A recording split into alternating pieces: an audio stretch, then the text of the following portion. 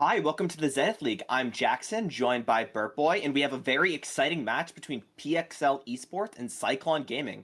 Who do you favor?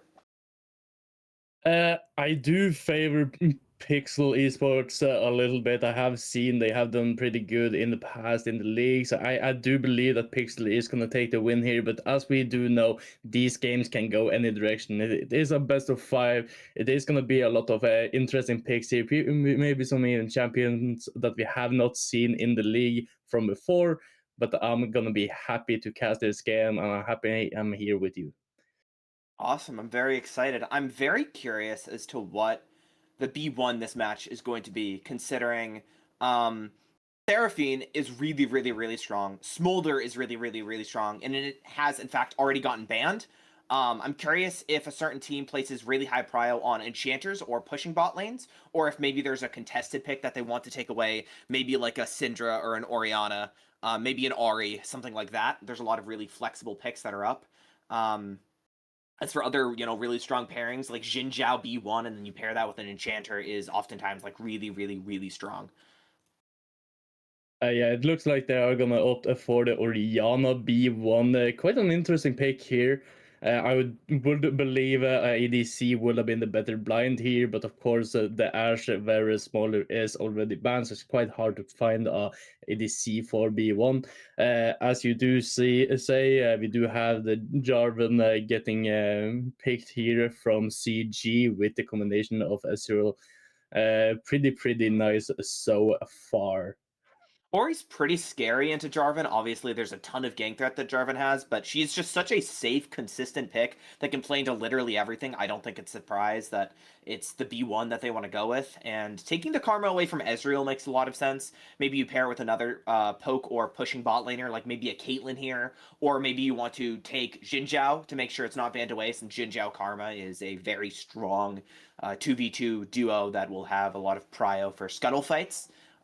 If they don't want to go to the Jinzhou direction, they could obviously also take a Caitlyn or maybe blind a top laner, depending on what they put prio on, and they're just going to take the Caitlyn. Yeah, they are gonna pick the Caitlyn. A pretty safe pick here, as you did discuss. A pretty disgusting combo here in bot lane with the Yeah. Caitlyn Karma. And I do like that you did mention the Sin Sao, a pretty strong jungler at the moment, and really popular in this league. But we are gonna see the Nautilus from CG here as their last pick before the four last bans. Yeah, Nautilus makes a lot of sense, trying to punish the Karma lane. The lane itself is not very fun, but combined with Jarvan, the gank setup, you can maybe get into a cheeky, level 3 camp into gank to alleviate pressure on your Ezreal. And if Nautilus ever wants to roam, Ezreal can safely farm. Although safely is, always in question when you're versus Caitlyn Karma and the sheer amount of poke. Now, I think CG might be looking to like pick a top laner on. No, they wouldn't pick a top laner on 4. They'd probably pick a mid laner on 4 because they already see the Orianna. So the Gwen ban might indicate they're looking to have like maybe some sort of R5 um, tank, maybe a Scion or an Ornn over the top, since they already have a lot of dive. Meanwhile, for blue side, I'm curious to see if they want to protection ban for Ori or if they want to protection ban for top. Looks like they're going to protection ban for Ori and take the Azir out. I'm not really an Azir believer. I think the champ is pretty weak unless you're like Faker or Chovy. He is really, really, really hard to execute, but it is a like El Clasico counter to Orianna because you just sweep her into Jarvan and then she dies very fast. Yeah, Asir is a really hard champion to execute, as you say. But if you know what you're doing on that champion, can Yeah. be quite interesting and quite hard to counter. So I do understand the pick, but we don't know if the mid laner from CG is goated yet on this Asir. But we'll see Yeah. what they are gonna pick. They are gonna Oh, pick it's Ornn. going to be Ornn blind. Really, this is interesting because they've already picked away Orianna. I don't know why they blinded top here. Maybe they're like looking to see what jungler they have, so um, that could make a difference. Like maybe if they have a high threat jungle, Jinzhou is up. They decided to ban Hecarim instead, so I'd be very interested to see if they if they don't pick Jinzhou here. I'd be quite surprised. I think it's a very strong pick. I mean, Wukong's another option. Um, for more AoE capabilities. Yep, there's the Jinzhou. Makes sense with the Karma. Makes sense with the comp. Super strong with Ori. You already see Ornn. So I'm imagining maybe it's going to be an R angle. I don't know if he's a huge Gnar enjoyer, but I think you could also pick like another tank here. Gwen is banned, so your like El Clasico tank shredder is removed, but there's many options here depending on if you want to slam lane, if you want to play to scale. Top lane is like wide open here. Yeah, top lane do have a lot of really good picks here. We will see. It's gonna be a Sion into the Ornn right here.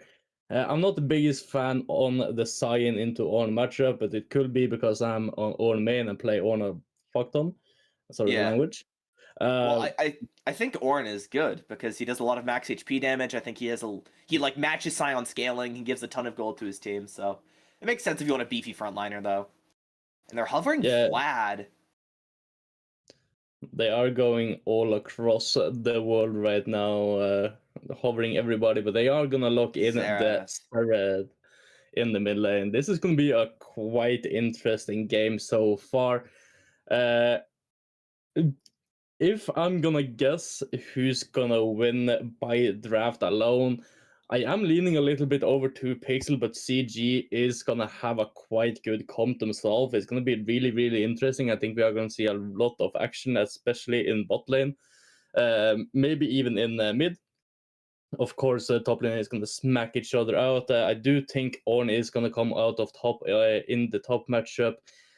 Since Sao and bot lane, I do think is gonna win from the Pixel side, and mid, I do think it's gonna be pretty even here. But what do you think? I really like CG's comp. I think Xerath versus Ori is it's like Ori favored directly in lane, but once you get out of lane, it can be pretty annoying for Orianna since Xerath has a ton of range, and they don't have the most dive threat ever. Like it's basically just like Hyper Jinjiao is the biggest threat. So there's not a lot of champs that can actually get onto Xerath, who can output a ton of damage. I like a lot in, you could have the Ornn ulti over the top with the Jarvan going in and the Xerath ultis to follow up. I think Pixel will have trouble actually getting onto Ezreal and Xerath. So it'll be really interesting. I think a lot of this is, like you said, going to come down to whether or not they can alleviate that bot lane pressure or whether Caitlyn Karma is going to be like 2k ahead and then there's like it doesn't matter, what the range advantage is. If Caitlyn walks up to you and like headshots you and all of a sudden you're 50% HP and there's no fight. Yeah, I think a lot of this game is gonna be onto the bot lane. Who's gonna win that lane? Of course, it is gonna be pretty even across the board. We will see how both junglers play this, how both bot laners play this. I do think CG is gonna have the lead in the top lane anyway. Personally, I am the Ohorn enjoyer, so this Sion pick I will have swapped out for something else. Of course, they do want a tanky top laner, some engage, some go button. I do think if they would have banned maybe Silas instead of Akali and then picked Malphite top, that would have been a pretty good option for them. But we will see how this pays out. Yeah. I mean, I think the Akali ban makes a lot of sense. Jarvan Akali is just so much threat onto Ori she couldn't side lane. Like Xerath is scary in a different way that Akali is scary, right?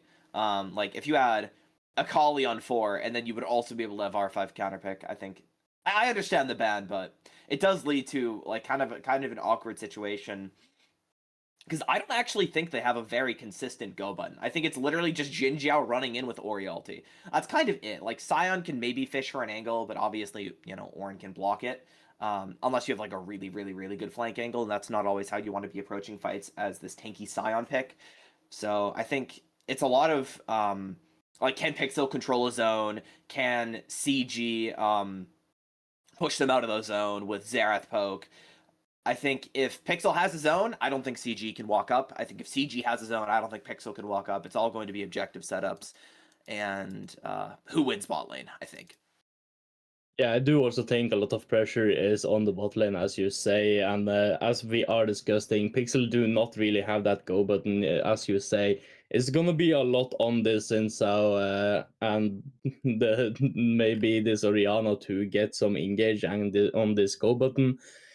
Cyan ult is really hard to hit with this Ornn Nautilus on the team. Even Jarvan can fuck up this Cyan ult pretty hard. Yeah. Yeah, I mean, We'll see. I think the other like kind of X factor of this game is Jarvan's pathing. I imagine Jinzhou is probably just going to full clear to bot side, whereas Jarvan I think has a lot more options. I don't think he really has many invade angles since I don't think his lanes push quite hard enough for it to be consistent. But there's always the chance that he 3-camps bot lane. You know, maybe if he's feeling really spicy, he can 3-camp top lane to get this Ord ahead, but somehow I doubt it. He could just full clear. I think the early game is always going to be decided by junglers and laning mistakes. So we'll see who has the maybe the more creative jungler and which team is going to be able to minimize the amount of mistakes they make. Yeah. All in all, it's gonna be a really, really good game. It's gonna go all over to how good are these people, how much do they know their champions, where are their limits. And I do think we are going to see it quite a lot in this game, and I do think we are going to start pretty early. I do think we are going to have a few deaths a little bit earlier than expected, but we will see how this all goes. You know, I will note one of the benefits of Pixel's draft is they got like all their comfort champs.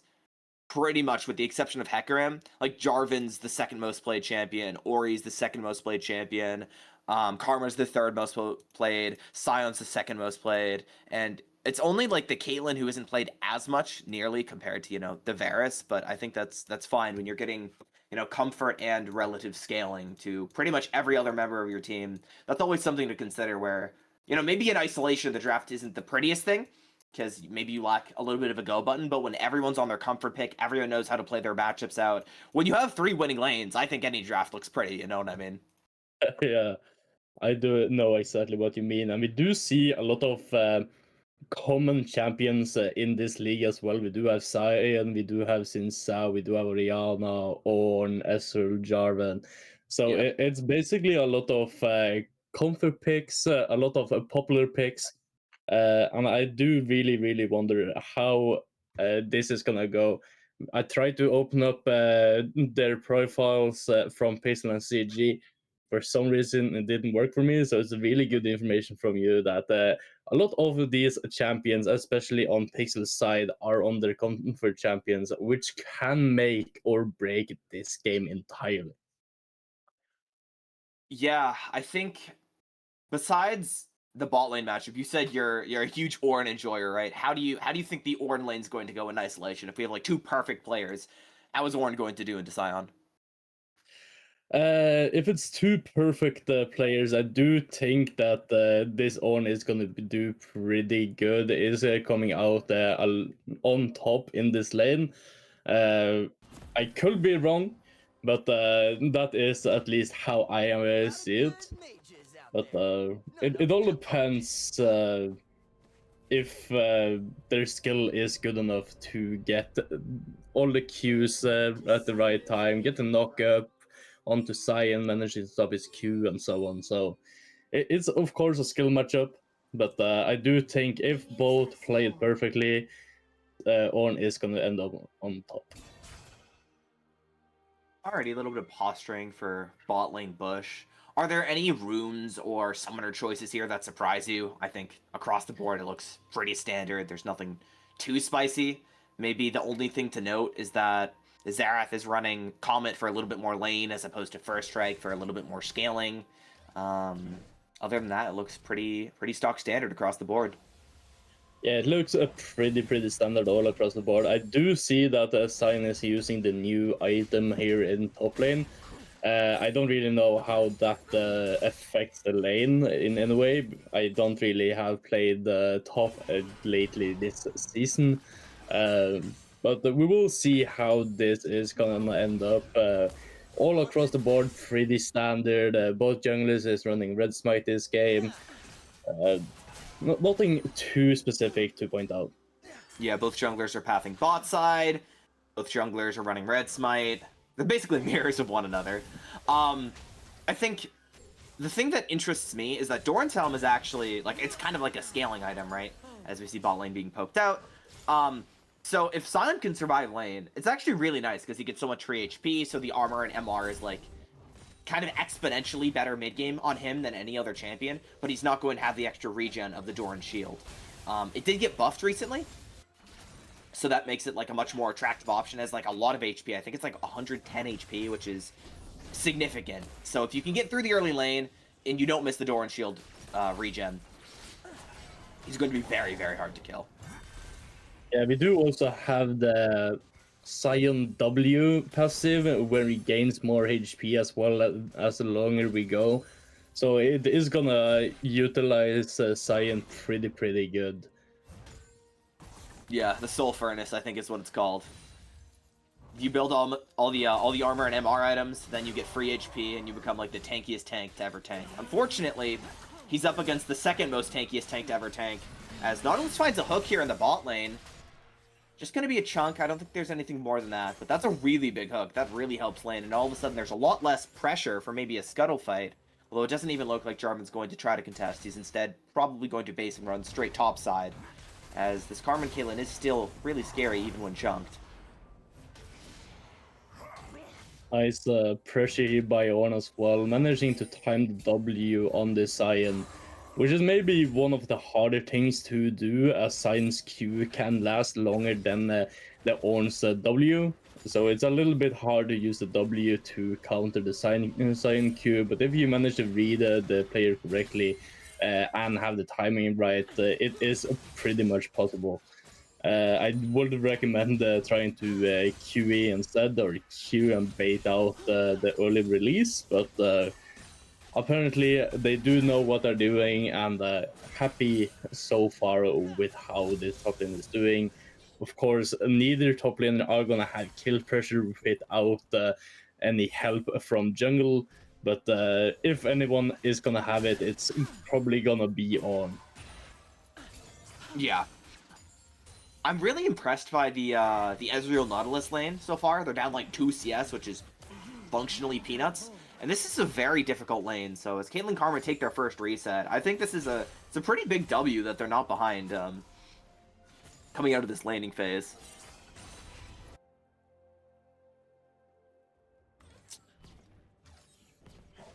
Xerath's taking his first base. Pretty standard, maybe Ludens or Blackfire. I see Ludens. I see like a more bursty Zenith is the most popular thing in solo queue, as Jarvan's hovering and Ori's stunned. Flash from Jarvan. That's going to be all she wrote for Orianna. First blood to CG. It's so easy. You just slow the Ori, the Zenith stun, and immediately the flash at a fog. And that's going to be a kill going onto this Jarvan, accelerating him. He doesn't even have to like take a break from his camps. He's straight back to farming. Very efficient. Super clean gank, and I think Ori was just a little disrespectful there. She didn't have any vision, frankly, so she probably should have been playing a little bit safer. It's not going to be the end of the world for her, but it is a very nice pickup from the jungler, CG. Yeah, really nice killer onto the mid laner, managing to pull Xerath out a little bit. Anyway, jungle is also ahead now as well, pretty nice. They are gonna manage to get themselves the first dragon off the car as well as the first call. So CG is pretty happy right now. Yeah, CG's in a very nice spot. Ori just TP's back. Xerath is chilling. They're both full HP. This lane isn't super interactive once both laners get some items. You just kind of clear the wave and then show up to objectives for teamfight prep, as a bit of a tussle going on top lane, but that's probably all it's going to stay, as they're both very beefy, ton of HP. I don't expect there to be a lot of kill threat this game. It's going to be whether junglers or maybe a Nautilus can find a hook or a roam, I think.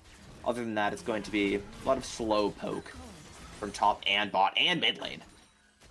Yeah, it's a lot of poke all around in every single lane right here. Of course, with Sion running the newest item, he doesn't have the regen that Ornn has, so Ornn basically want to perma-fight into the Sion. But Sion is gonna be quite annoying with that passive as well. Yeah, it's a little interesting. He uses the Unstoppable Onslaught to get back to lane, so not going to have that for any skirmish or to get away from a gank. And with Jarvan 6, maybe he could look to burn a flash topside. All his top camps are up. Maybe something to watch. As bot lane is more poking, more prodding. Ezreal's trying to survive with his Nautilus, and Caitlyn is trying to bully with her Karma. Yeah, it's going pretty much as expected. A lot of poke, a lot of slow play. Both junglers trying to look for angles here and there, managing to mostly fight for objectives. Both junglers are on their own side, their own camps, not trying to invade. So a lot is going as expected right now. Yeah, nothing super crazy. I think what's interesting is Jin Zhao went for Tiamat, so maybe it's going to be, instead of the standard Sundered Sky Jin Zhao build, he might be going for a Titanic into Dusk and Dawn. Like maybe an AP Jin Zhao variant, which is actually very, very strong. Or maybe a Stridebreaker. Yeah, I do believe that the AP build have been nerfed on him though, so it's not as strong as it was. Pretty decent still if the patch have gone out. Ooh, anyway. great hook onto Caitlyn. The Nautilus ulti comes out, Ezreal ulti over the top, and that's a 2v2 kill. They're looking for more. Karma has to sprint away. No flash is burned either, as now he flashes onto the Karma hook. He makes it look so easy, but Karma's so tanky with the Mantra W. Really, really good stuff. Fantastic Nautilus hook.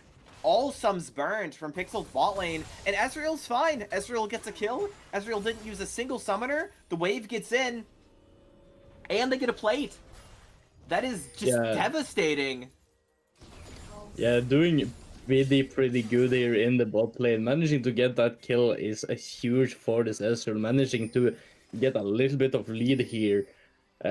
Well played by Nautilus with the hook, almost trying to get that Karma as well, but as you said, Karma is just a little bit too tanky with that shield.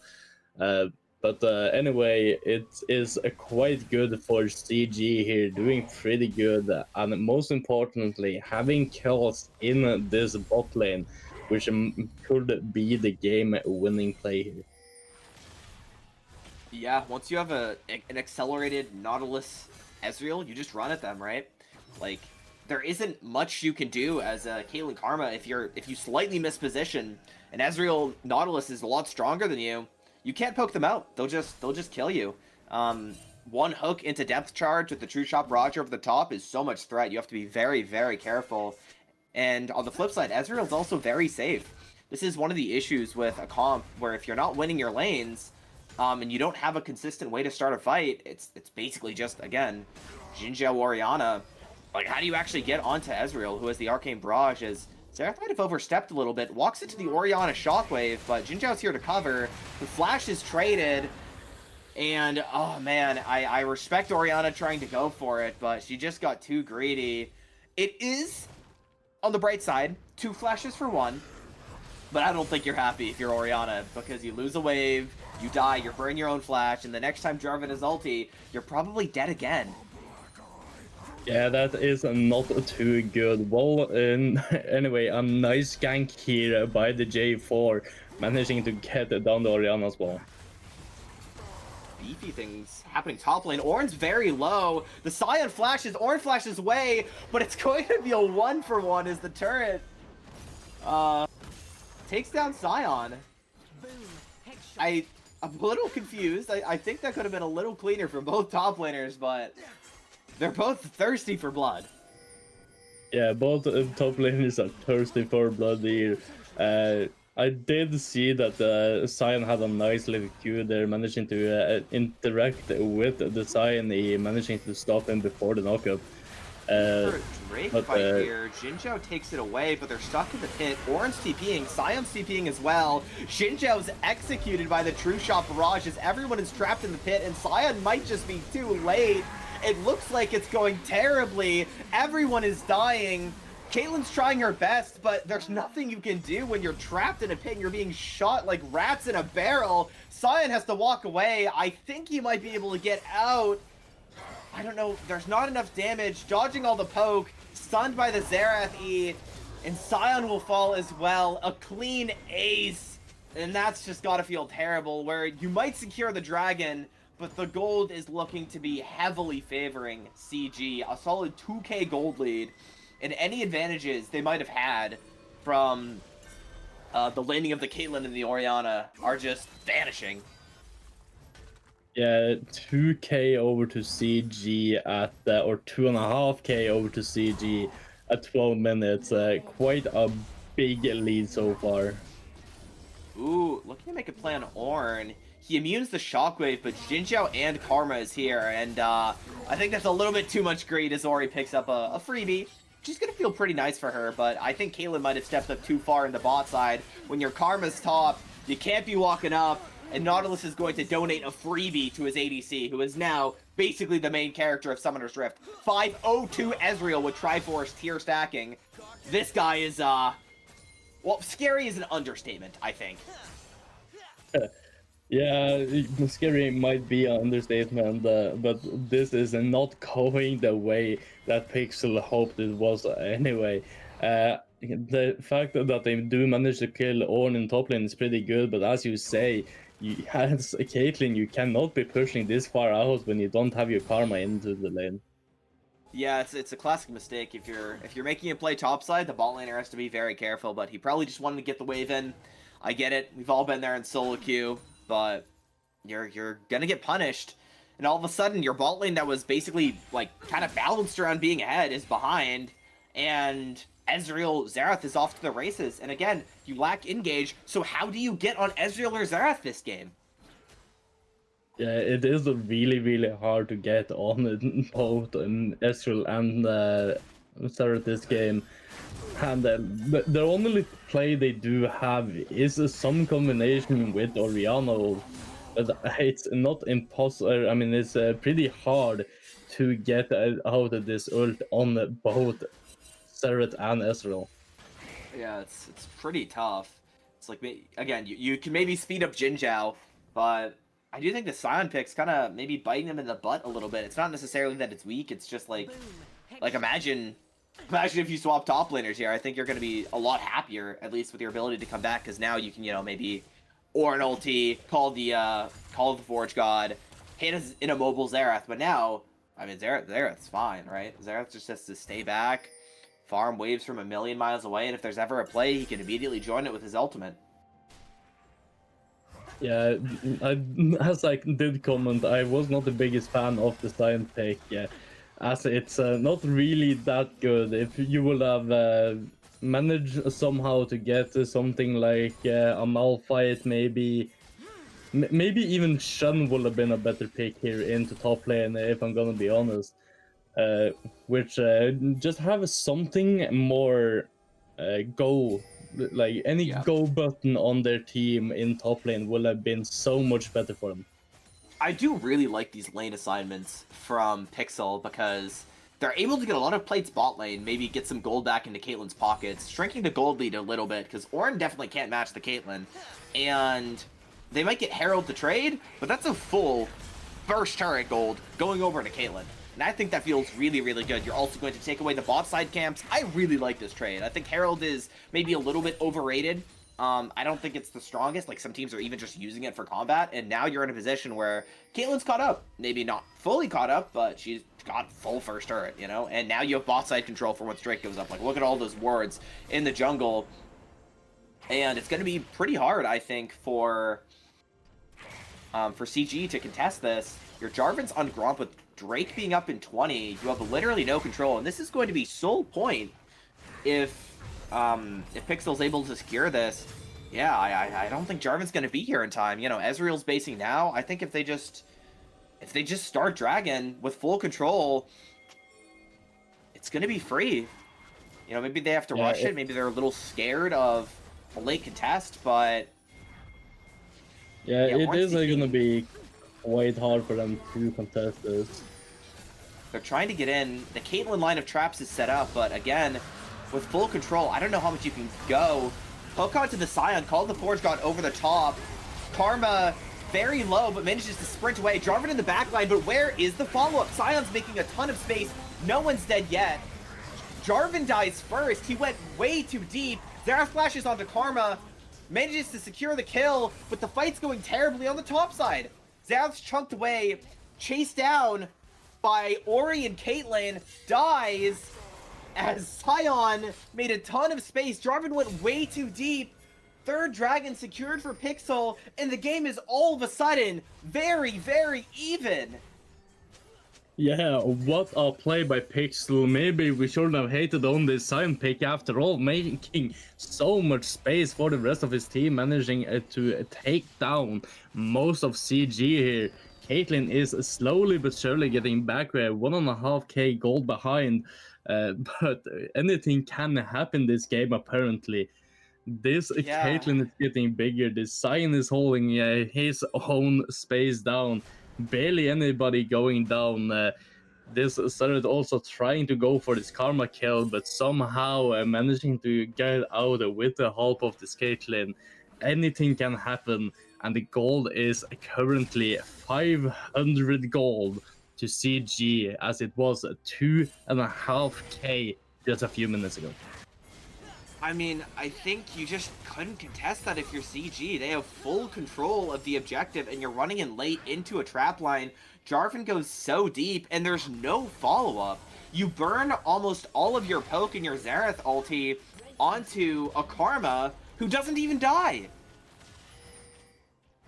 Yeah, it was quite a lot. As now there's a little bit of poking and prodding for control of the top side. Next objective is going to be that Baron, which is up in a minute, in 30-ish. And Ori might be a little bit too far forward. Trying to trade 1-for-1, but the Shockwave doesn't manage to acquire anything, and that's probably going to be mid-turret for CG, but they're also making a play topside. Caitlyn forced to flash away, but it's a 3v2. I don't think they're going to be getting much more, since the rest of your boys are currently pushing mid lane. And Sion's fine. Okay, he just gets away. This is still obviously going to be CG favored, because they get Pixel's unable to get anything topside. They defend the top tier 2, they get the mid tier 1, they get control, and there's once again a 2k gold lead for CG. Yeah, once again the gold lead is getting tossed back and forth, or in almost back and forth. Ori's TPing topside. There's a trap here for Jin Zhao. He doesn't know about it, and that's going to be a freebie gifted to Orianna, as both mid laners are experiencing what it's like to overstep a little bit. Yeah, both mid laners do overstep a little bit, but this Orianna, I don't think I've learned yet, as it's 5-4 for this Orianna, loving to overstep. Maybe we do get to see some better behavior, as we do see her Nashor is up in 15 seconds and Drake up in 120. Yeah, whoever has control of these objectives, I think, is going to be heavily favored. But one of the benefits of having 3 drags is you don't need to fight every drag, and CG definitely does, because if you're a poke comp into Mountain Dragon with the shield, it feels terrible. You're going to be having absolutely no fun. Now, the one benefit for CG is you have a 7 and 0 Ezreal.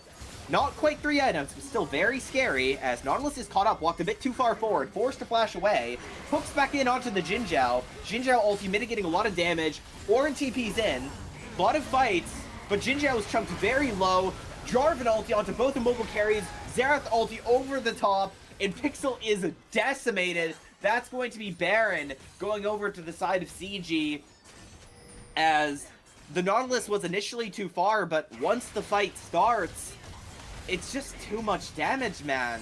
Like, you have to be leveraging your poke, and in an all-in situation, when you're into Xerath, or when you're into Nautilus Jarvan, excuse me, you're going to lose every time because you have 2 immobile carries, and Ori didn't even get a chance to flash before she died. It feels like... Go on. You were just gonna talk done, but I was just gonna say that with both TP from Xerath and this Ornn as well, the second this fight started, and Sion getting late TP as well, it did not really help them. Nautilus might be caught a little bit. Sion might be caught a little bit as his team is around him. It's going to be another fight over Dragon, I think. Both teams don't want to give this one up. Notably, Caitlyn has no flash, and Jarvan ulti's coming up soon. You have to be really, really careful. If Caitlyn ever uses E, that's a go time for Jarvan. but like this Zenith poke is so scary. It feels like CG has better poke and engage right now. Pixel needs to play this very carefully. Orange caught a little bit. He's getting chunked for nothing. He's on a side, but he's not... He's not dying. He's so tanky. This champ, 5-man Jarvan ulti with a Zenith over the top. You have to get out of dodge. Caitlyn is dead, and it looks like Pixel is falling apart. Death after death, and Karma and Sion are forced to run away. All of the damage dealers are dead. Drake going over to CG. Baron going over to CG. 5k gold lead. Ezreal has a 700 gold bounty. Endless Hunger completed. And this Jarvan is putting in so much value. Whenever Jarvan finds a good Cataclysm, it seems like the fight is just immediately over. Yeah, this Jarvan is having a lot of good ults right here. Managing to pull the team into some victories.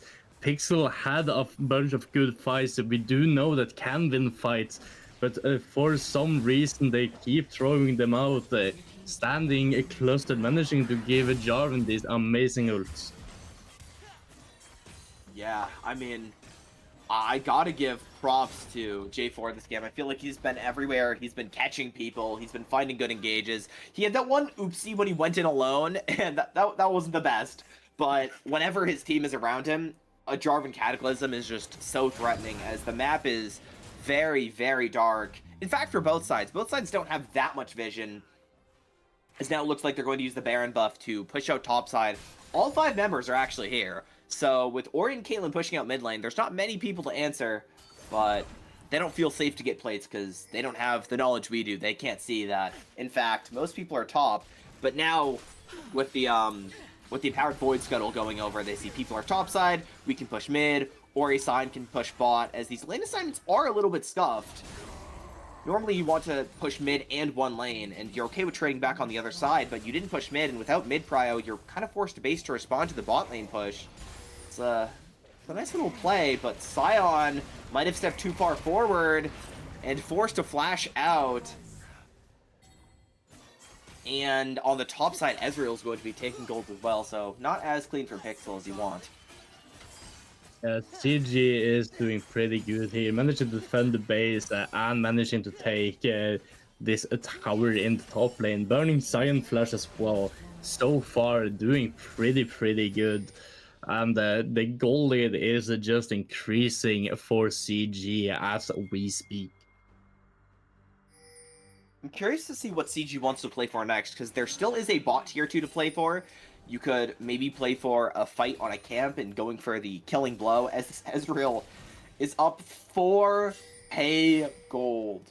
And like I said, he has flash. There's no threat onto him. How do you find a kill onto Ezreal? Your Caitlyn Karma didn't get the lead they wanted to, and now it seems like it's kind of dire straits for Pixel. Yeah, it is really hard here for Pixel managing to take down this Ezreal. It doesn't really help that the Jarvan is 2-2-13 himself. And this Caitlyn Karma, as you said, is quite far behind. So it's not gonna be easy for Pixel here. Maybe they managed to get a pick somehow, some way. But it looks really good here for CG. As we do also have some upgraded items on the Ezreal, on the Seret so far. So it is, can't talk. It is supposed to be Jarvan and Nautilus boost upgraded items here soon as well, which means that Pixel are really getting into a trouble. They really need this. Next Drake is 120, but it's so hard to fight for these objectives as this Ezreal, this Seret, and this Jarvan is so far ahead. Zenith is just ripping his ulti for love of the game, getting a little bit of a chunk onto Caitlyn. His ult's going to be up by both objectives, so not the end of the world. I think this is a really impressive showing from CG. Zenith is up farm, which you don't see often. It's kind of hard to side lane on Zenith. As True Shot Barrage going to go out, find Karma for a massive chunk. This 4-item Ezreal hurts like hell, and I think if you're ever in an honest team fight, Pixel's going to get crushed. you really have to find a creative angle, maybe an overload like they're currently doing now onto Ornn, but you are overloading into an Ornn. He is very, very tanky, and even if you get a little bit of a chunk onto him, he doesn't care. He's just gonna walk away. He's Ornn. Like, I don't think there's much of a play to be made here, as you're kind of split now as well. Yeah, if they are gonna find a play on this on, I really do hope they have a lot of CC, as on can also be untargetable with the W as well. So it's pretty nice escape routes from this on. Desperation time. Pixel's starting Baron, but they're gonna get hooked out. Karma is executed by Xerath, and now Pixel's forced to run away, but they're getting chased down. Caitlyn's getting absolutely nuked by these Xerath ultis. Depth charge goes out. Jinzhou flashes away. Caitlyn dies, and it looks like it's going to be the end of Pixel's attempts to win this game. They can't secure Soul. Baron's once again going to go over to the side of CG, and you have to imagine that's the fight that will result in the game firmly going into the hands of CG once and for all, as Baron will go over, they're going to push mid-bot, and I don't think Pixel has any way of securing a W, unfortunately. I think Xerath and Ezreal are just untouchable, man. They're just too far ahead. Yeah, they are quite far ahead, and as we do see Pixel losing a 5v4, Jarvan is on this Drake, it is not looking good for them. Yeah, I mean, it's just, you're so scared of the Ornn ulti. Like, he's so, the dive is crazy, and then all of a sudden you have the Nautilus ulti going in over the top, and then the True Shot Barrage, and the Right of the Arcane. It's just, it's basically like you're playing into, like, two sniper buddies who have, like, friends to hold you in place while they hit you. It's not fair. It is not fair, as we do see CG taking yet another tower, looking for the end winning game, or the end winning play right here. Yeah, I mean, Pixel's gonna try their best, but Ori's low on mana. You're playing with no soul. Your soul win con is basically a dream at this point. Your wave clear is not nearly as good as you want it to be, and you're slowly getting poked. Jinzhou is topside, maybe hoping to find something, but I don't think Jinzhou is going to be getting anything, as Xerath's ulting has found Karma, forced to sprint away. Chunked out. Ornn's pushing mid lane. I think this is going to be all she wrote for Pixel, as the bot lane tower falls, mid inhib falls, bot inhib falls. It's a desperate base race, but one Xerath Q into a Jarvan ulti executes Caitlyn. You can't get far enough away, and there still is a GA for Jarvan. He's not even going to die. The Nexus turrets are falling. Nautilus hook goes in. There's nothing to be done about it, as one Ezreal Q, one Xerath Q is enough to completely chunk out the carries. Ornn's making a ton of space. Ori Jinzhou falls, and I think that's going to be the end of the game. Nothing Pixel can do about it. CG takes game one firmly. Yes, CG is gonna take game one with a storm, managing to steamroll this game 26-10 in the kills. What an amazing game. I know. I feel bad for Pixel. They were in a really nice spot. Like, they caught up back in the game. They had 3 dragons. They were even. I would have favored them at a lot of points in this game, but oh man, it's such a terrible feeling when I think they just got completely obliterated by Jarvan.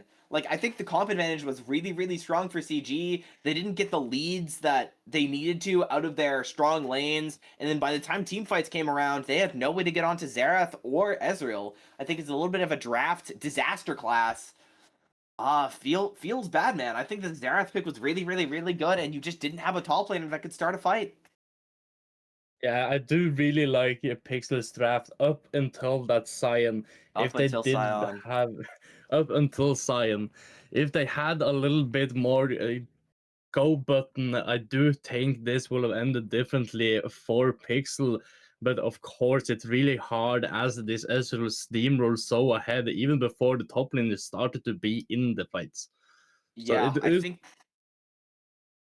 I think the Go on. biggest gap was between um like jungle and support.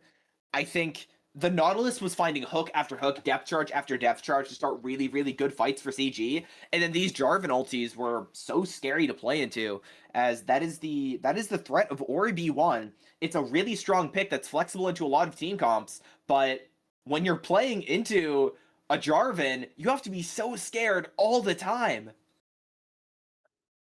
Yeah, you have to be scared, especially from that team. It did play their comp just like it needed to be played as well.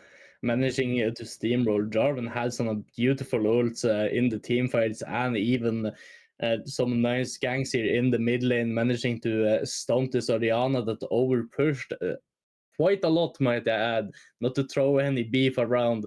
But it could have been played better by PXL, maybe not overstaying, playing a little bit safe.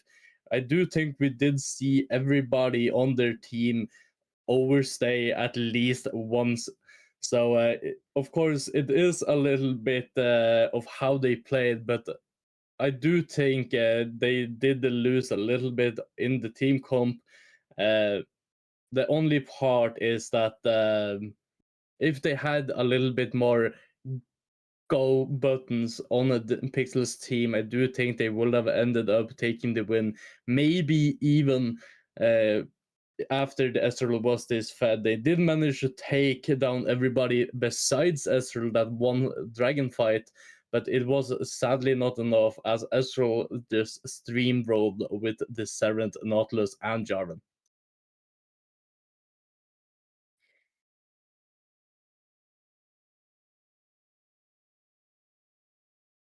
Yeah, it was a really, really solid game from CG. I think they executed their game plan very well. I think the Nautilus was a really good pick into the Karma. I think Ornn minimized what he needed to. Jarvan got the Xerath ahead, and then once you have these two long range carries that are ahead, um, yeah, I don't think there's much counterplay. As before we go into game two, we're going to take a little bit of a break, so please stay tuned.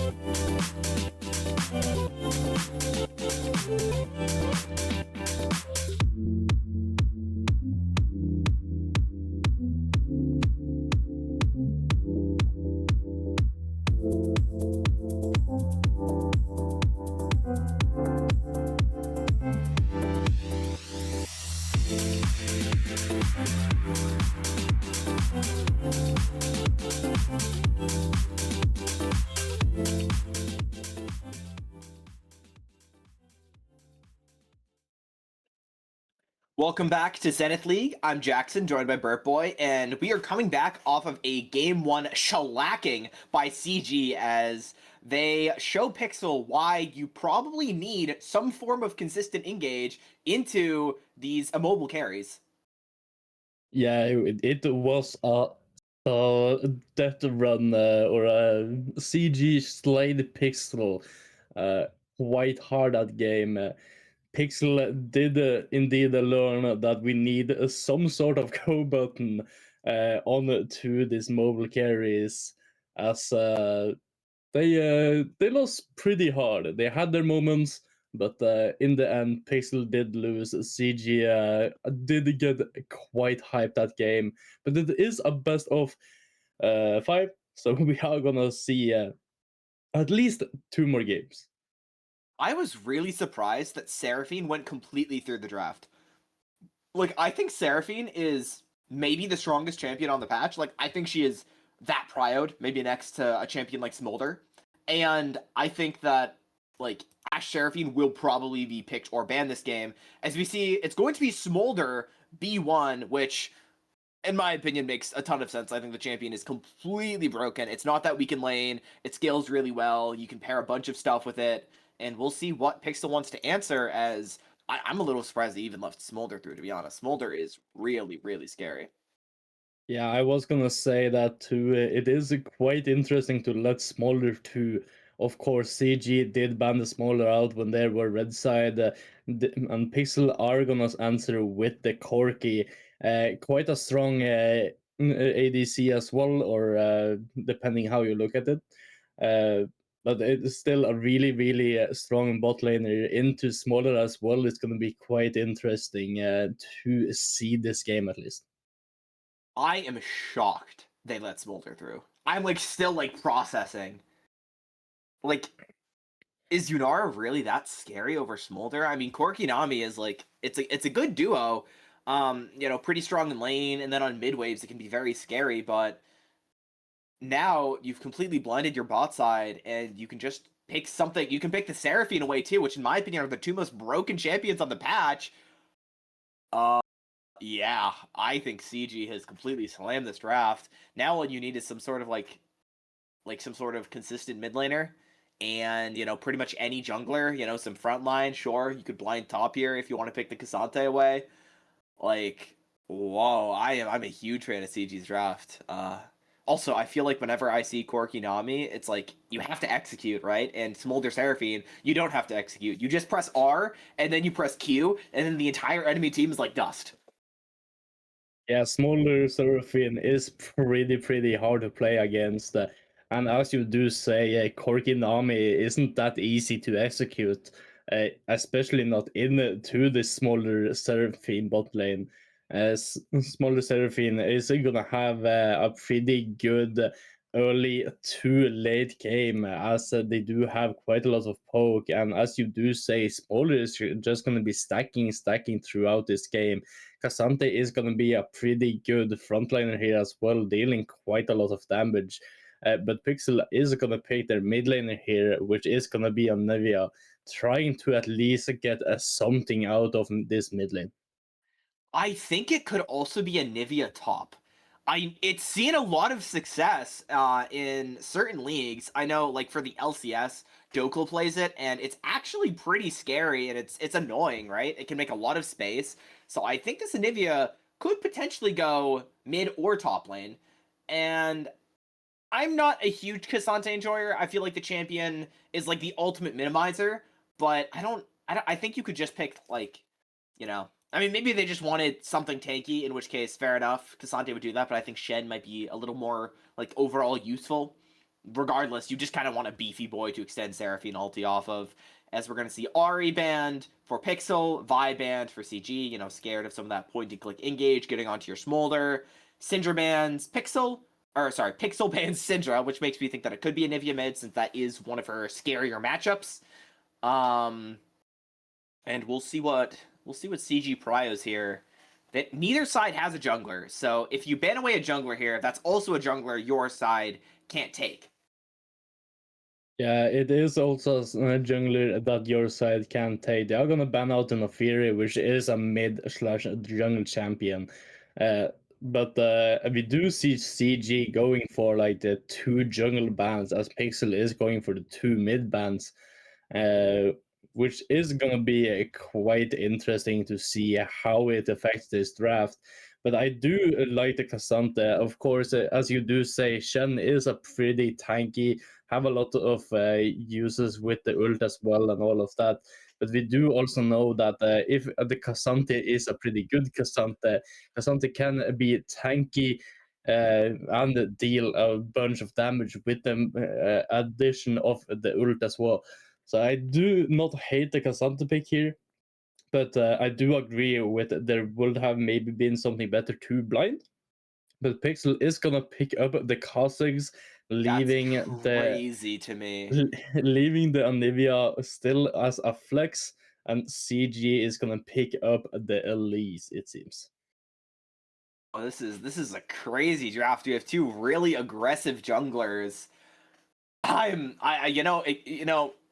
If I'm cooking here, you could put Elise support, you could put Seraphine mid, and then you could pick a different jungler here if you really wanted to hard cook.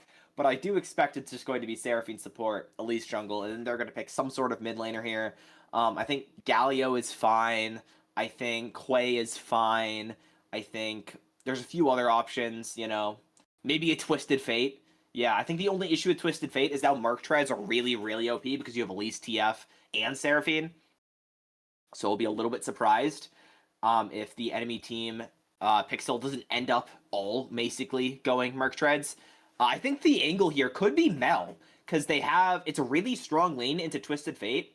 And besides like a gold card or a Seraphine ulti, you don't really have a consistent way of starting a fight. Now, Mel is bad, but no, it's probably going to be something more consistent in the Silas, which could also go top lane, although I do expect it to go mid lane into the Twisted Fate, and it's going to be Anivia top.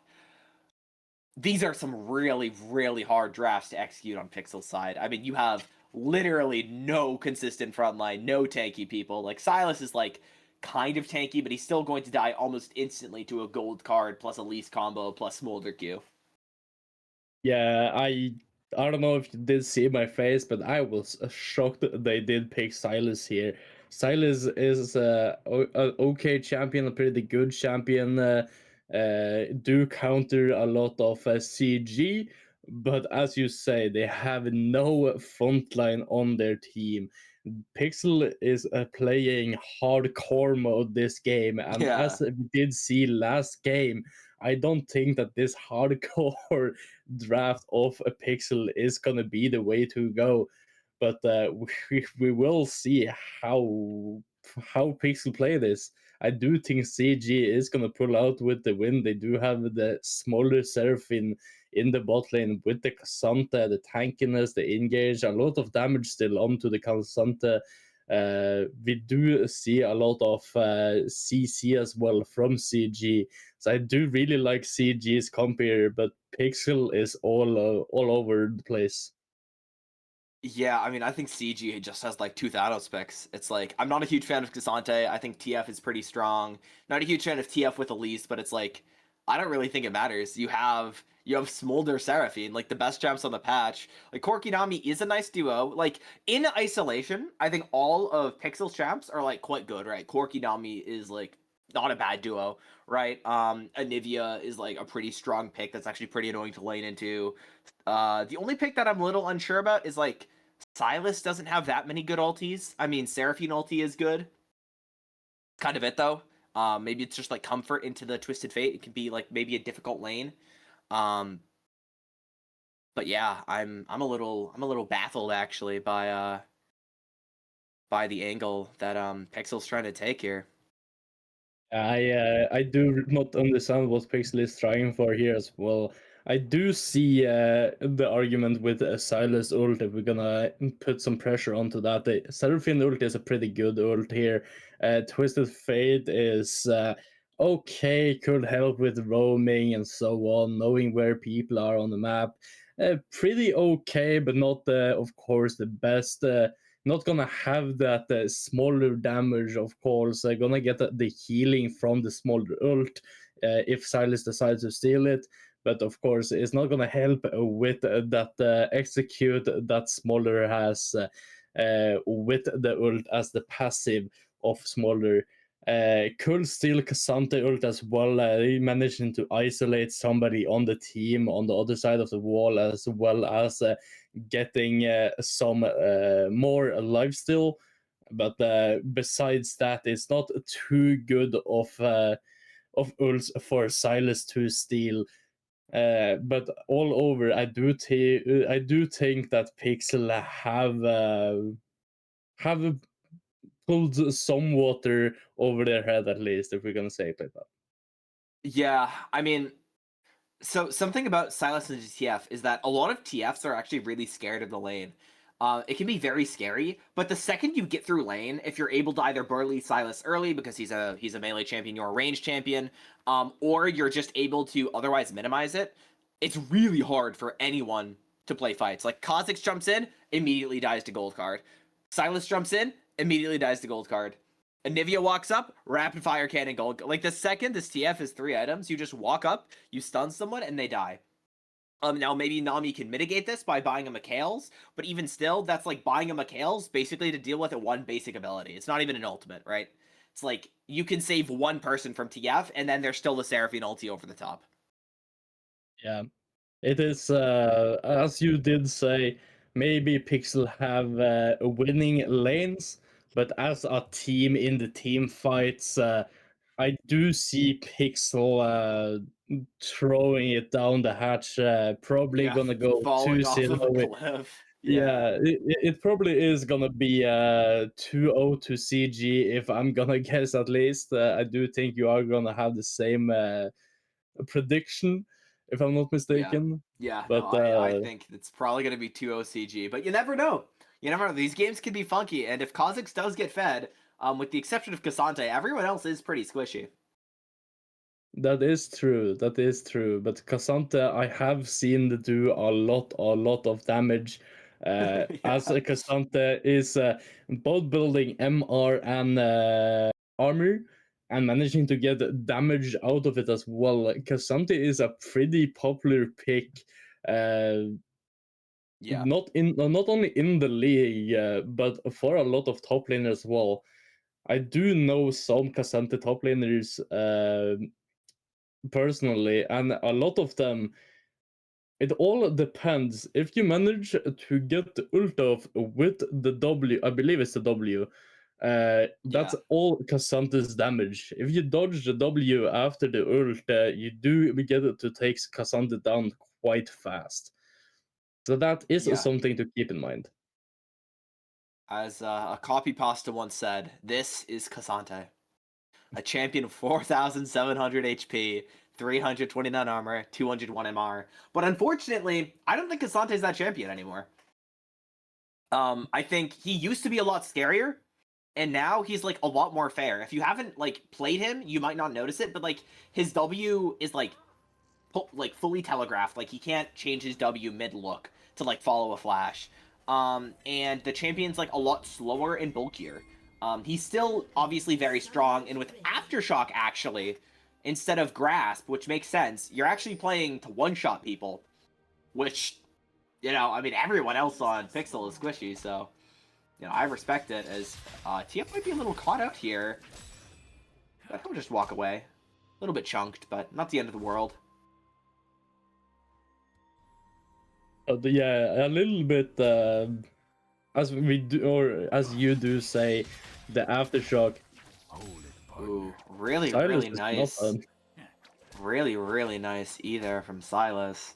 As being low heavily favors Silas, because obviously he has like some health regen on his W, and Twisted Fate basically has none, already chugged both pots, and now he's kind of trapped in lane. Yeah, looking pretty good for Silas here in this matchup, so far at least. This top lane, I do think Anivia is going to be quite annoying. Cassante probably going to yell his lungs out at some point. But as we do see the game going on, I do think that CG is gonna have more team fights. They are gonna have the mid to late game, but we will see how it is all plays out. Well, the early game, I think, is definitively in Pixel's hands. They do have the ability to make plays. I think they have, like, you know, 3 winning lanes, depending on how mid lane plays out. They have Prio basically everywhere, so Kha'Zix is kind of free to just do whatever he wants, and I think he needs to if he wants to get Pixel a fighting chance in the series. Yeah, they do really need to get these lanes under control. Yet again, a lot of the pressure here is on the Corki, but not only the Corki, the Kha'Zix and the Silas as well is gonna have a lot of pressure because you need to pick off the smaller. You need to get the picks on CG this game. If not, they can just run you guys down with the Cassante in the front line.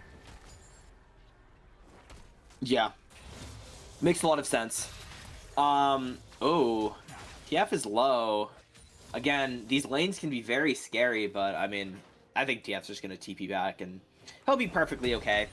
Both junglers are currently bot side, makes sense. Farming towards bot lane is pretty standard, as Silas has a cheeky little attempt to try to stop the Twisted Fate back.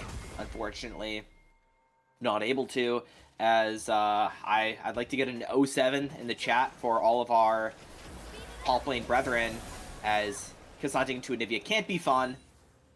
A little bit of a bubble chunk, but again, I don't think Corki Nami is going to have that much pressure early game. It's really one item where Corki really comes online.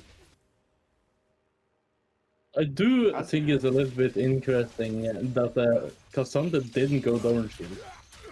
Oh, Silas goes in. TF's forced to flash away, but all of a sudden he has nothing left. They're both really low, almost no mana. But Silas does have a TP where Twisted Fate doesn't, and Kha'Zix is wrapping around behind him. He needs to get the wave in, and he does so just in time. Very, very scary.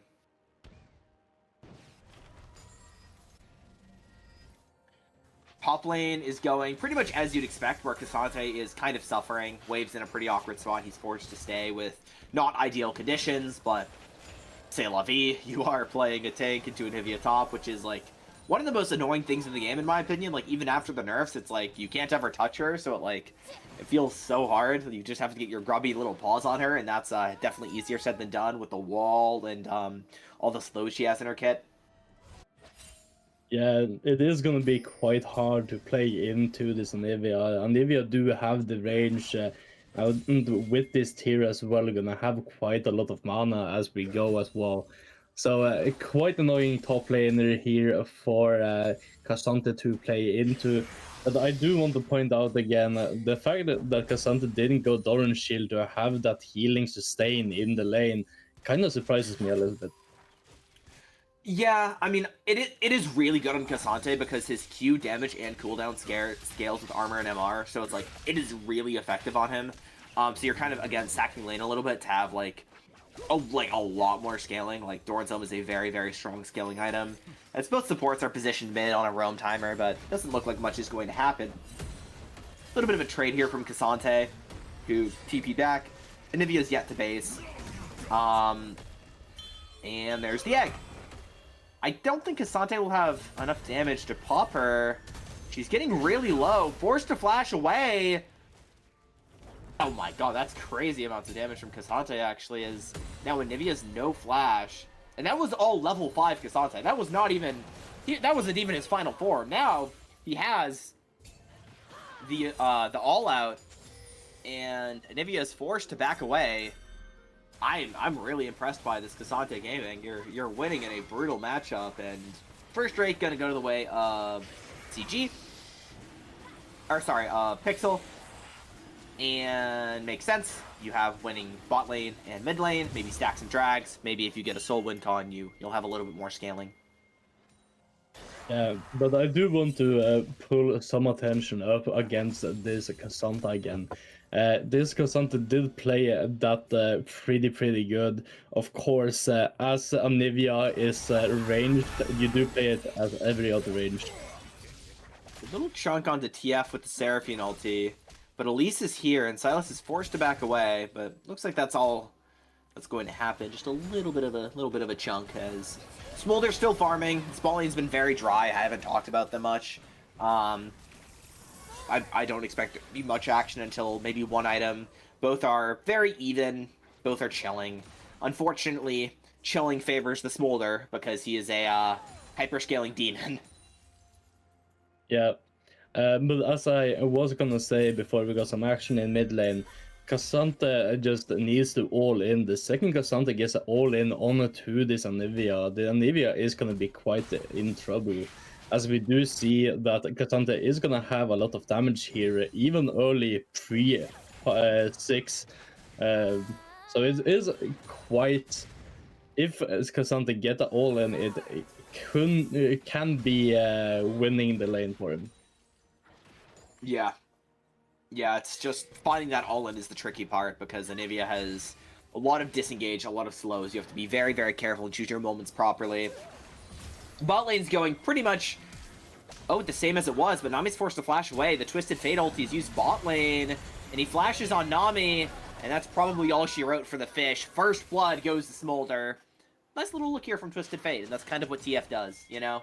You take advantage of fighting lanes, you ult bot side, and you get your Smolder a kill. Very solid look. Yeah, really nice giving the kill over to Smolder as well. Had the opportunity to take it, but they do want this Smolder to get the kills, to get the stacks, and get far, far ahead. Ooh. TF was playing aggressive debate for Elise, but there's a massive wave here, and Silas is just going to take the TF ulti, hijack it, and ult away. Nice solo kill from CG Fronta on this Cassante. Burns the flash, burns the egg earlier, and then once you find an angle onto Anivia, Cassante all out scrambles her. Yeah, as we did say, Cassante, if managing to find the angle, one all-in can be winning for the lane. Managing to take Anivia down already once, maybe Anivia needs to play a little bit more careful. Seraphine ulti burned. Everyone's chunked, but it's a 4v3. Anivia's not here. Void Grubs go to Elise. It looks like that's going to be it. Just a burn of some ultis. Nothing too crazy here. How do you feel about the game state? It's 1.5k in favor of CG, and they also outscale. Yeah, I do. As we have said all game, all draft, CG is probably gonna pull out the win. I am a little bit surprised that they have this 1k goal lead, 1.5k goal lead over to CG. I did think that PXL would have had the early lead, but of course a lot of that goal is onto the spoiler, is doing a pretty good job with the stacks, do have the first blood as well. Cassante is also leading in with that one kill as well. So quite even all across, but these two kills is gonna help them quite a lot. Yeah, and Silas is still trying to trade to create some space here, but TF is just minimizing perfectly. He's doing fine, and when you're in a position like this, you gotta feel, I think, a little bit anxious, right? Like, you know you get outscaled. They have a Smolder Seraphine that is, like, ahead. They're actually accelerated past the curve. And your top laner doesn't have the amount of prio you thought they would, because you drafted for 3 winning lanes. Now you have 2 even lanes and a lane that's behind. Bubble lands on a Seraphine, though. It's going to result in a little bit of a chunk. Again, Corki is really strong on one item, but you have to get to that one item before you're, like, a significant threat to anybody. As Cassante dashes forward, lands the Q3 onto Anivia. I think it's just going to be a little bit of a chunk, though, because she has the egg, and it is extremely difficult to kill her when she has that extra form of protection. It is going to be quite hard to kill, but we will see how the all pays out as always. Gonna be quite interesting to see if they manage to get a play here. But we are gonna see PXL getting yet another Drake here for free. or almost for free. Cassante is getting chunked a lot of however plays in Dublin here as well. Maybe even looking for a gank in mid lane right now. Silas once again getting another chunk onto TF. The Nami culti going in, but TF's fine. He just walks away. He's totally chilling.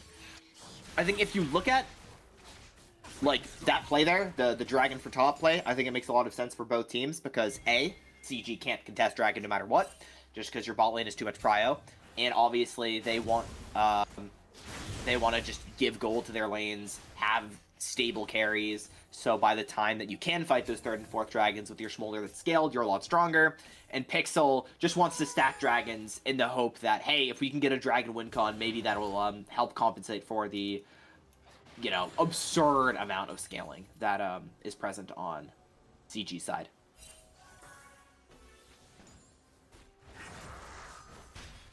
Both junglers just farming, haven't had a huge impact on this game. Elise has been hovering lanes more than Kha'Zix has, so she's going to be down more CS. And Kha'Zix is just farming, looking for angles, but unfortunately there hasn't really been much from either team, honestly, to explode this game yet, besides some top lane shenanigans. As Cassante has finished the Kaenic Rooker, and he's going to be very tanky. Cleanse used from Corki because Elise was basically camping bot for a ton of time. Again, not really focusing on camps, just trying to make sure her lanes can be stable. Yeah, it is quite in right now as well. Silas is in a little bit of trouble, but do manage to get out okay. with He just L. walks away. He's chilling. Both teams so far are just kind of farming, waiting for this 3rd dragon, which I expect will be the point as to which CG feels strong enough to contest a dragon. And that should also be Corki 1 item, so that's when you really want to utilize that Corki Nami's strength, right? Kha'Zix is actually going to be quite strong here, has finished the Umbral Glaive, has a pickaxe, and Kha'Zix is one of those champions that if he gets like 1 kill, it's going to be really hard to ever side lane again. In team fights, he's not going to be the most useful, but if you're in sides, he'll just kill you if you're alone. You have to be very careful. Yeah, and as we do see, this Kha'Zix is also 20 farm ahead of this Elise. But it's all tempo here, as Elise bot side camp is spawning, but so is Kha'Zix top side. Well, Silas is going in, but Elise is here. He's forced to flash away. Nice little look. Forces the Silas flash, but it's not the easiest thing in the world to gank a Silas. He has a ton of mobility, especially once he gets that rocket belt, and he's pretty tanky with marks as Cassante steps forward, but misses the Pathmaker, and loses like no HP because of Kaenic Rooker, which is, I think, one of the strongest anti-mage items in the game if you're a tanker bruiser. Yeah, it is quite a strong item, especially for AP champions. Or AP counter might be that AP counter picks, like, you know, Gallios and Cassantes and Orns and champs like that. As Silas goes in, TF barriers, and walks away. He's been minimizing very, very well. I gotta get him flowers. This isn't the easiest matchup in the world, and he's playing it flawlessly as Cassante lands the Pathmaker onto Anivia. Anivia flashes away. Isn't going to be enough, though. The egg is burned, and Cassante just hops away, satisfied with the flash burn, and wow, burning the Anivia passive. Yeah, Cassante quite happy there with them burning the onto Nami. Nami is chunked, and TF is here, and that's going to be a freebie donated. Thank you for the kill. Yeah, Nami overstepping a little bit, quite deep in the enemy jungle, closer to mid lane as well, not having the Corki there to help. Not really the best look for this support, as it's 2-0-2. Oh, the Seraphine ulti goes completely wide. Now Silas is the Seraphine ulti, so this Drake fight looks pretty good, I think. Even if Nami did get caught, it's not the end of the world, but Silas is caught on rotation, takes a greedy path back, and actually goes in onto Elise. Elise is low, and Kha'Zix is here to clean up. All of a sudden, this, what could have been a really good pick, ends up being nothing. As Nami flashes away, but dies anyways, It's a complete disaster. It initially looked bad, then it looked good, then it looked bad, and once the reinforcements showed up, speaking of reinforcements, Anivia's here walking all the way down. Casante's taking top waves and plates, and Anivia doesn't even get anything. Yeah, Anivia is currently wasting time. Both people here, or both teams, are throwing the lead here. Yeah, like Anivia's going in, but she doesn't have wall, and Corki is just executed by Smolder. Doesn't even flash away. Cassante TP's bot, and CG's gonna get this dragon, stop the Drake stacking, and thank you for the lead.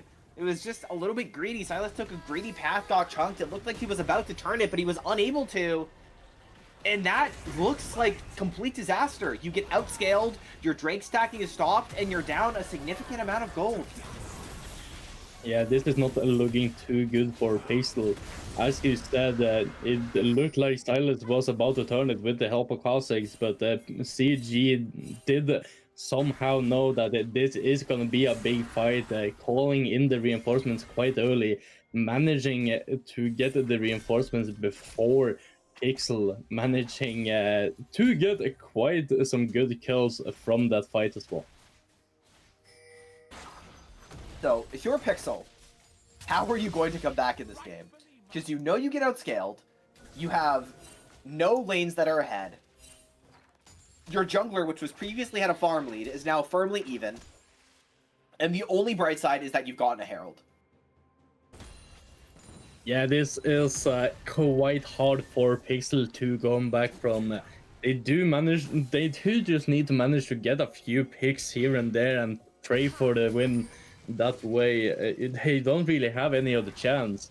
If CG just starts playing as a team, running down 5-man in one lane, in a bit, managing to get a little bit farther ahead here, doing 5v5s for objectives, I don't really see PXL managing to get back anytime soon.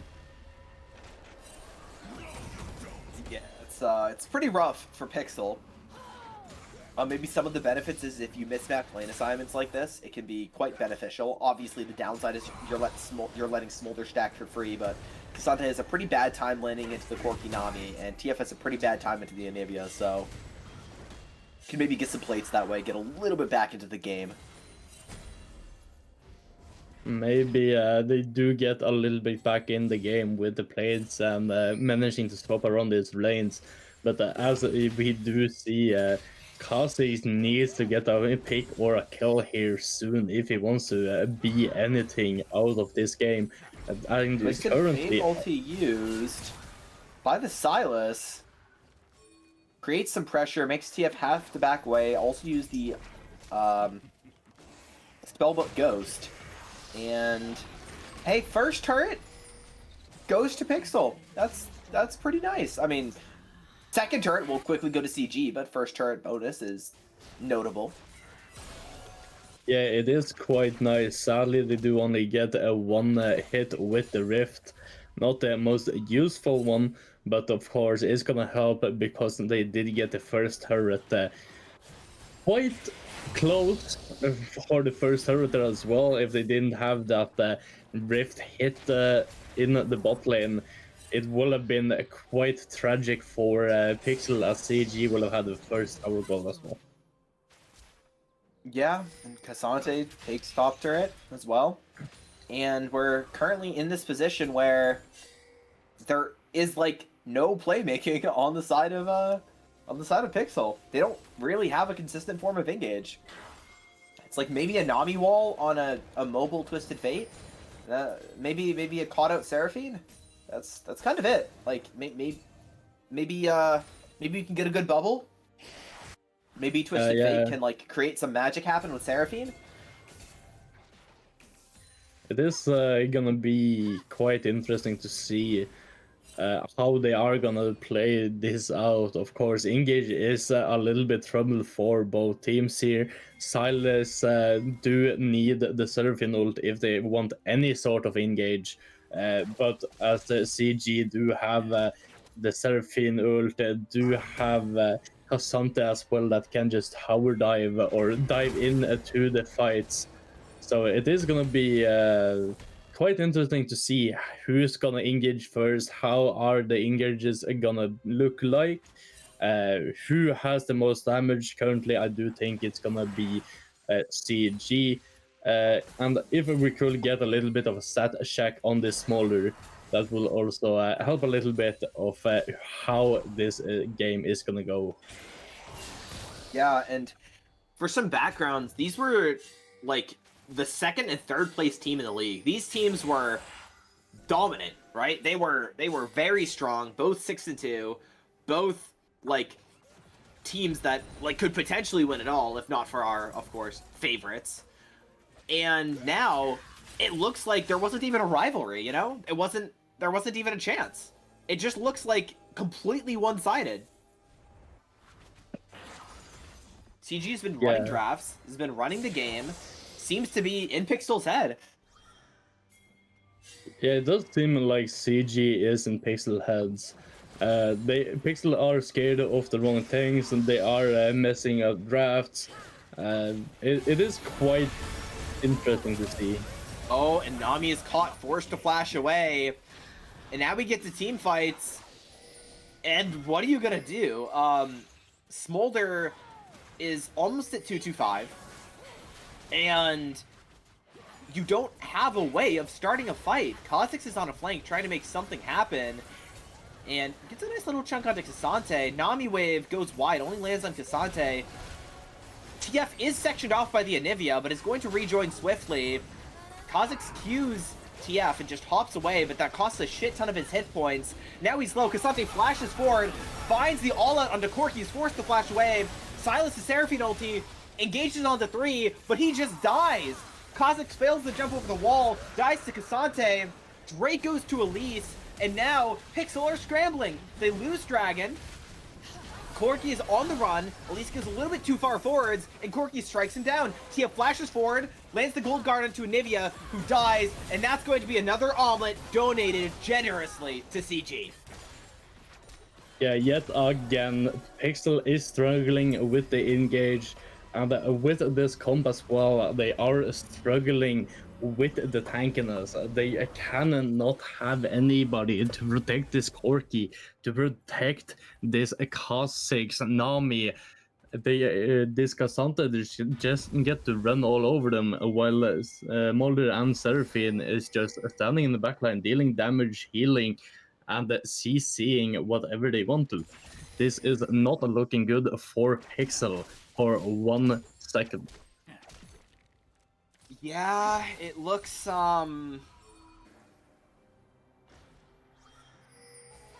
bad. Yeah, it truly is looking bad for them. Also down for currently 5k gold here towards CG. Yeah, outscaled. You got less gold. You have a team that just doesn't look coordinated, I think. Like, Nami's been caught a few times trying to get vision, because you also don't have any way of consistently, like, getting control of an area. And it looked playable there for a little bit, but, like, Kha'Zix jumps in. If Twisted Fate just ults, you can see the Kha'Zix and stun him. And this Kha'Zix hasn't even been able to prey on side lanes. So you have, like, a bunch of champions that need to snowball who are even. And the only bright side is maybe your Corki isn't as behind as he otherwise could be, but that's kind of, like not even that much of an advantage, because he's still behind. The Smolder's 3 items, Corki is on 2, and a little bit of damage onto Silas, just like 1 Smolder Q, and he's already 20% HP and forced to give Prio. Nice little chunk on the TF, and the Anivia wall sections him out. He is caught, actually. The shutdown goes to Kha'Zix. Seraphine ulti tags them, but nothing else happens. Again, the lack of engage means there is almost no follow-up, but on the bright side, you get a shutdown. Huge Nami bubble onto Elise and Smolder. All of a sudden, Pixel has found something. It's just Cassante versus the world. Does he like those odds? Corki goes down. Cassante standing in the Anivia ulti the entire time, and it won't be enough. All of a sudden, Pixel roars to life. What a fantastic pick on the TF. He just steps too far forwards. And then a great Nami bubble onto 2. This game looks winnable. Smolder just stood there and took it with flash up. That is crazy to me. Yeah, it was also a pretty nice Silas ult with the Seraphine ult there, managing to CC them for even longer, not only letting anybody escape this maniac of a play. Yeah, this is crazy. Look at Silas's items. It just occurred to me. He has Shadow Flame. He didn't go Riftmaker. He didn't go anything bruisery. He knew he needed to make a play, and he went full burst, and it paid off. Yeah, it truly paid off, but as we do see, PXL for the first time of the game does have the goal lead. As we do say that they are losing it here with the farms, but they are finally back at even gold in the game. I mean, it was a 5k lead. I still favor CG. Their scaling is disturbing still, and it's not... I don't think Lightning will strike twice, but now... The biggest benefactor of this is Kha'Zix. He's up 2.5k gold. All of a sudden, if you are in a side lane, you might just die. This Kha'Zix is horrifying to play against. I think all the credit to that play should probably go to Anivia and Nami. Obviously, Silas played well, Corki did his job, Kha'Zix did his job, but Anivia found the wall initially, Nami found the big bubble, and just a little bit of scrapping in the side lane, as the third dragon for both teams will be up here in 30 seconds. Now, I previously thought, hey, this game is just completely cooked, there's nothing PXL can do, but all of a sudden, when gold is even, anything can happen, even if you have a comp lead. It is quite interesting to see the manager found that one play, managing to turn the game back into even is quite interesting. Maybe they even can manage to win this game somehow, some way. They are up in... Actually, it is equal in towers. That is me. I believe they were up. But it is still quite even here, and anything can happen. It looks like CG might be interested in starting the Baron, which would be quite risky. You do have Seraphine healing and shielding. EF is on a flank. There's 5 members of PXL who are walking up. TF can join at any moment. I think, as the Anivia wall fails to cut off Cassante, the Baron's at 50%. Nice Q3 on the 2 as Kha'Zix jumps into the backline and gets immediately one-shot. Smolder ulti over the top, but the counter Silas ulti is really good. Silas is assassinating Smolder, kills Elise. It's a 1v3 and he likes those odds. This Silas is going ham, but Smolder's able to get the counter punch and the fight is good somehow? What did Silas just do? That was crazy. He charms the entire team, 1v3s. He ends up dying at the end, but he makes so much space. All of a sudden, Anivia Nami, the only champions left, are able to secure this dragon, maybe, assuming Smolder can't get there in time. What an amazing play from PXL, keeping their hopes in this series, in this game, alive. Yeah, I am quite shocked. I don't know how that play managed out to be in PXL's favor somehow, some way. Silas had a nice little play there, managing to stun quite a lot of people and almost managed to take down Smolder as well. I am just speechless after that play. Yeah, that is crazy. And now, the benefit is they get Dragon, hopefully. Oh no. Oh god. Okay, Kha'Zix is here.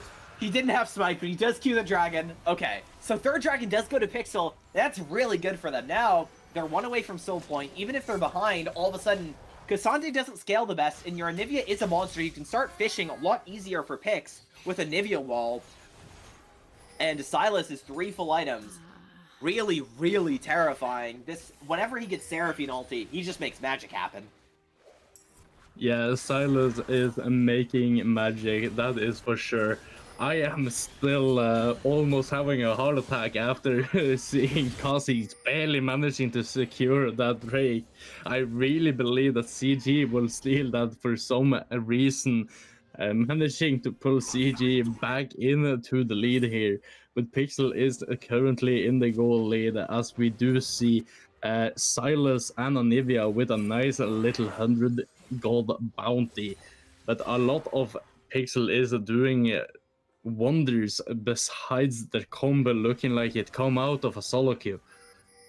Yeah, I mean they're currently making magic happen. A little bit of a gold lead. They have 3 dragons, and those early dragon investments, hey, it's paying off for them because now you're in a position where you're 1 away from soul. It's a very strong soul. You've accomplished your Mikhails on Nami, so you can maybe cleanse a TF gold card. And it seems to be a purely even game. Baron control is currently in the favor of CG, but side lanes are really scary to run in because you have this really scary Cassante, or sorry, this really scary Kha'Zix, and Cassante is the only one who's safe. Like Twisted Fate is gonna have a really hard time making a man advantage because if he steps even slightly out of line, he's just gonna die instantly. Yeah, and even Cassante might be the only safe person to put into a side lane. I do think that Kha'Zix can delete them quite fast as long as there's no minions nearby. Yeah, it's gonna be interesting. As Anivia and Cassante are basically just handshaking farm bot side, not much there. Cassante is 3 items. He's purchased the Zeeks, which is actually a pretty nice item on him, as he does actually manage to get onto the Anivia. He goes all out. Anivia's forced to flash away. We've seen this story before, but there's no omelet this time. No omelet. Anivia still has passive. CG still has Baron control. Drake's up in 2. Both sides slowly posturing, waiting to see if there's their moment. Cassante forces the Nivea to base. Nivea's TPing actually towards the Baron. Maybe she's going to look for something, and she sprints with her big top lane quest shield. Nivea has wall here, chooses not to use it. At least walks back. Cassante is just wailing on that bot turret. Gonna get an advantage cross map. Baron is started. They're looking for a fight. Cassante TP's in. The posturing is really, really aggressive from TF, and his team's not there. Gold card Silas walks away. Baron's at 6k, but Pixel is really, really chunked. TF sees them all. He has a flank angle. Seraphine ulti goes wide, but there's so much space. TF finds the second recast of his ult to kill Kha'Zix. Elise smites Baron, and it's an absolute disaster. They're pinched in. Twisted Fate is blown up immediately by Silas. I thought it was a good angle, but it still might be. Corki dies, and there's nothing else to do. The fight's over. Sure, you lose 2, but you get Baron, you get 3 back, and that's just an absolute disaster class from Pixel. They got too greedy. They started Baron, took a ton of damage. Just really, really tough position to be in. Yeah, I do actually think after seeing now Nivea teleporting top, they are gonna lose the bot tower for sure. They need to find a play for the Baron way more earlier, trying to get a pick. They played that a little bit too passive, if you ask me. If they would have started the Nashor earlier, they would have maybe at least had a bot tower here. And or maybe looked for a pick, hard shoving. They know they're 5 versus 4 with the Cassante bot, so they don't really have that much frontline. Silas managing to get a Seraphine ult as well, but that also goes wide. So a lot of stuff is happening here. Not any of it is gonna go into Pixel's favor. Yeah, it's a really, really rough spot to be in. Unfortunately, they got a little bit too greedy. Maybe we're worried about losing bot side. Felt like they have to put the trigger. But then they just got hurt by Baron, and all of a sudden they can't fight this dragon. And it's maybe going to be 3rd dragon and more. Maybe there's going to be a little bit of a cross map, but they're losing a tier 2. Oh, it feels bad. You had such a clean angle to get back into the game. You just had to fight dragon, but you get 2 antsy. You lose dragon. And now you're giving even more time for Smolder to scale to buy items. Yeah, Smolder is just gonna be stacking even more, get even stronger, get more items. This is not looking good for Pixel. They really, really needed that play. The fact that CG now as a Nashor is quite scary for Pixel. Yeah, I think we've seen this song before. You're losing your tier 2. There's still a good amount of time left on Baron. Both tier 3s are gone after the tier 2, and the Seraphine ulti lands on Anivia. TF is forced to Zanya as the Smolder ulti over the top chunks a bunch of them, and they're forced to sprint away. Smolder Qs are melting them, but they actually do find Smolder, but where's the follow-up? Silas is forced to flash away after landing the Absond and Duct on the Smolder, and that's it. Kha'Zix is on the flank and is forced to jump. Inhib goes down. You're also going to lose mid Inhib. You're in a really tough position. You do get base regen, so you're back to full HP. CG's maybe on the back foot, but the Seraphine healing, shielding, and move speed is just so strong. It gets the entire team out safely. 2 inhibs in the bag. Now firmly up 3k. Yeah, I almost do think that if CG wants to, they can turn on to this. Pixel is not fully healed either. Yeah, I mean, maybe they have gold to spend. Maybe they're looking for something here. I don't think they see Silas in the bush. 3 of them are basing. Looks like that's going to be it. Top. Kha'Zix is pushing top side. Silas is in the bush. Maybe even if Sieges would have tried to look for a play there, Silas and Nivea couldn't back, maybe they would have gotten some damage onto the towers as well with the minions. But I do think the smarter play here is what they did. They did take the reset. They are going to buy some items. They are going to look for Nasher and Drake here in 2 minutes. So it's probably the right play. It's just me that is greedy for more plays on the map.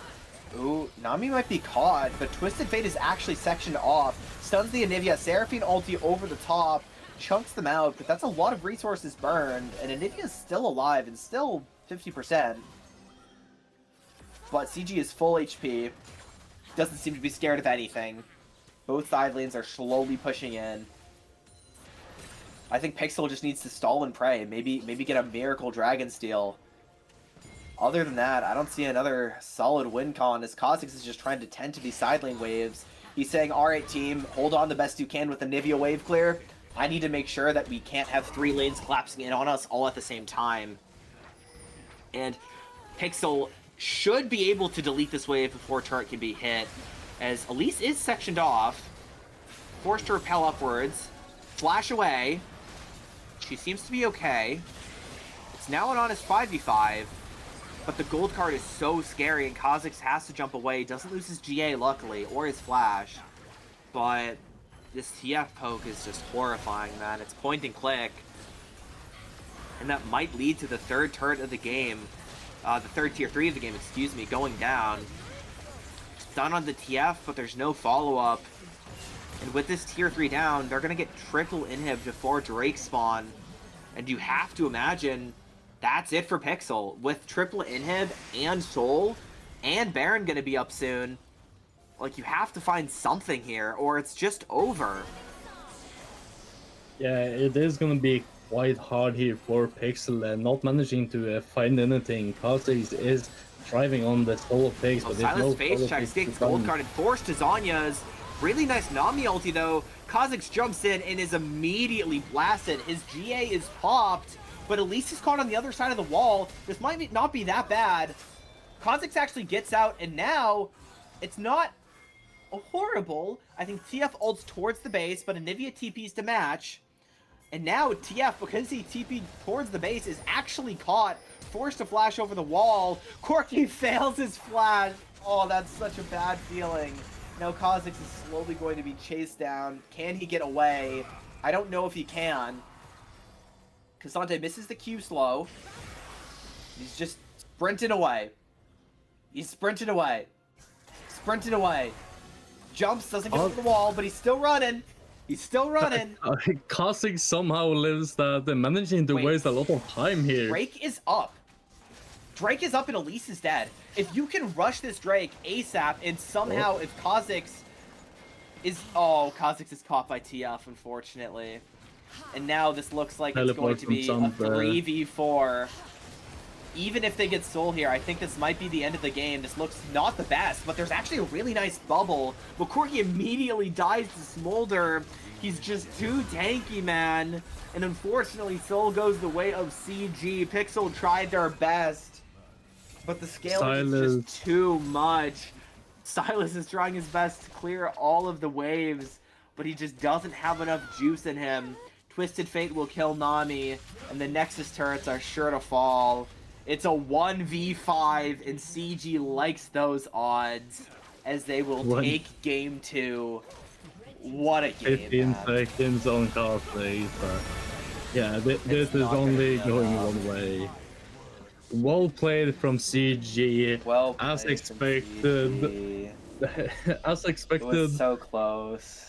we do have the draft difference, but I think Pixel choked. They had an angle to win, but I think they just pulled a Fnatic and started Baron when they shouldn't have. yeah, they did have a chance to win there, maybe even multiple times, but it's so hard to play that comp. They don't have really that many go buttons. They don't have any frontline. They are all after, okay, we need to CC them. They have 3 people standing on top of each other in the back, so Kha'Zix can jump on them and execute one of them. It's just so hard to manage to find a pick, and when you first find a pick, you can thrive on it, but it's still gonna be hard to win the whole fight, as smaller Seraphine and the rest of the team is just too tanky, too big, and not too much to do about it.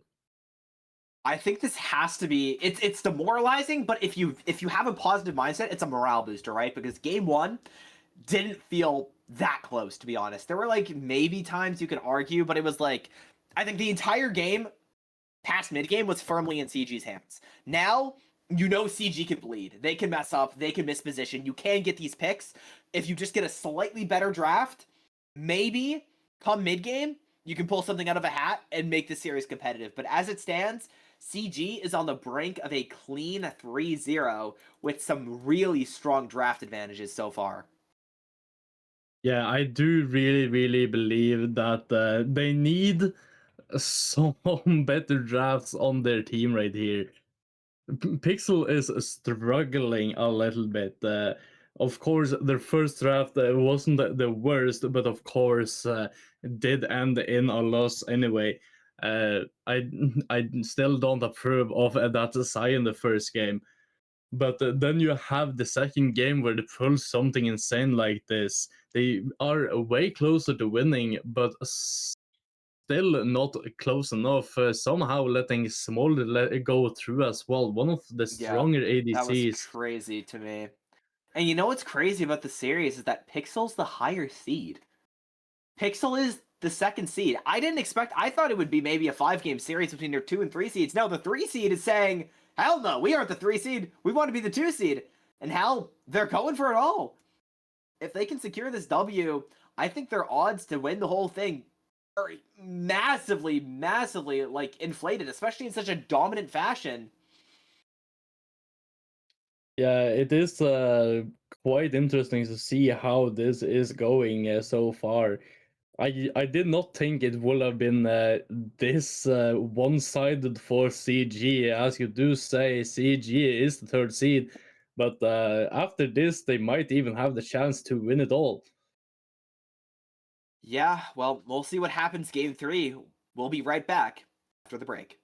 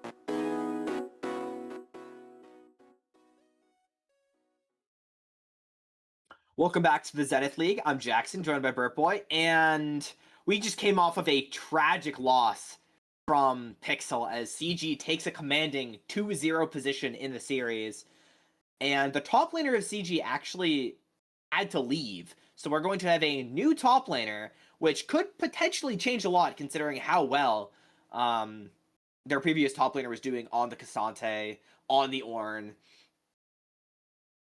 Yeah, it's gonna be quite interesting to see how this new top laner is gonna do into the Pixel and into the rest of CG. If they are gonna be as good as the previous top laner, if they're gonna have the kill pressure, as we did see, Cassandra, the last top laner, did win into Anivia. Pretty hard matchup. Pretty good at punishing their opposite or Pixel's top laner. But we will see how this new top laner of CG is gonna play this. Well, But I CG's do. once CG's Yeah. on blue side, Pixel's on red side. Go on. Uh, if we don't get the Ash ban here, we don't get Ash Brum. I'm calling Well, it. maybe because Seraphine's out, they don't prio the Ashe as they're hovering a few jungle Maybe. options. Nocturne was banned the previous game, but instead they're going to prio banning the Ahri. As now there's lots of junglers that are still up. What does CG want to take? Viego would be interesting. Probably maybe Viego. a little bit less consistent. It's going to be the Wukong B1. Yeah, Wukong is one of the top 5 to top 10 picks in the jungle here in the league. Pretty strong top jungler. We have seen Wukong a lot. I don't know what we are gonna counter with. We are gonna get the illusion. I don't really know what to pair with Lucian. Apparently, it's gonna Lucian be a Milio. Milio. Milio is actually the best Lucian pairing, I think. I think it's actually better than Nami. I think it's easier to play and it scales better.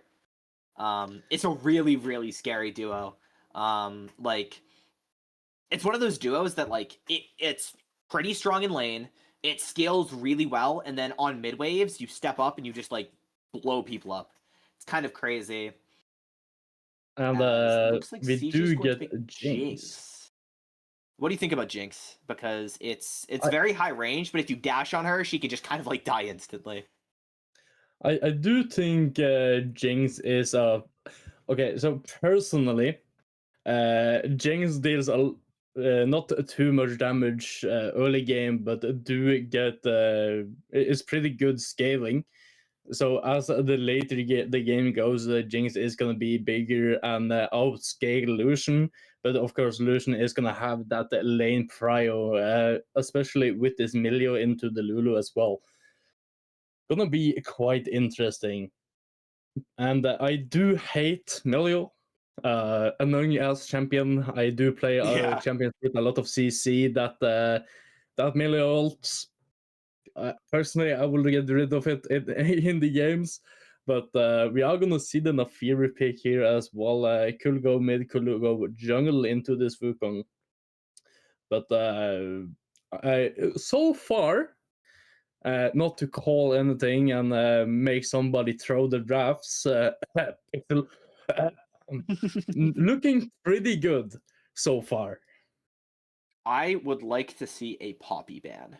I feel like Poppy top is actually like really scary into Lucian and into Neferi. And I'm just personally kind of a hater is the wrong word, but I feel like in a good Poppy game, she's like one of the most annoying champs in league. She just like runs at you, like slams you into the wall. And like I feel like Poppy is like when you play against Poppy, her E is like twice the distance as to when she's on your team or you play her. Like she just gets wall slams that you never even thought would be possible.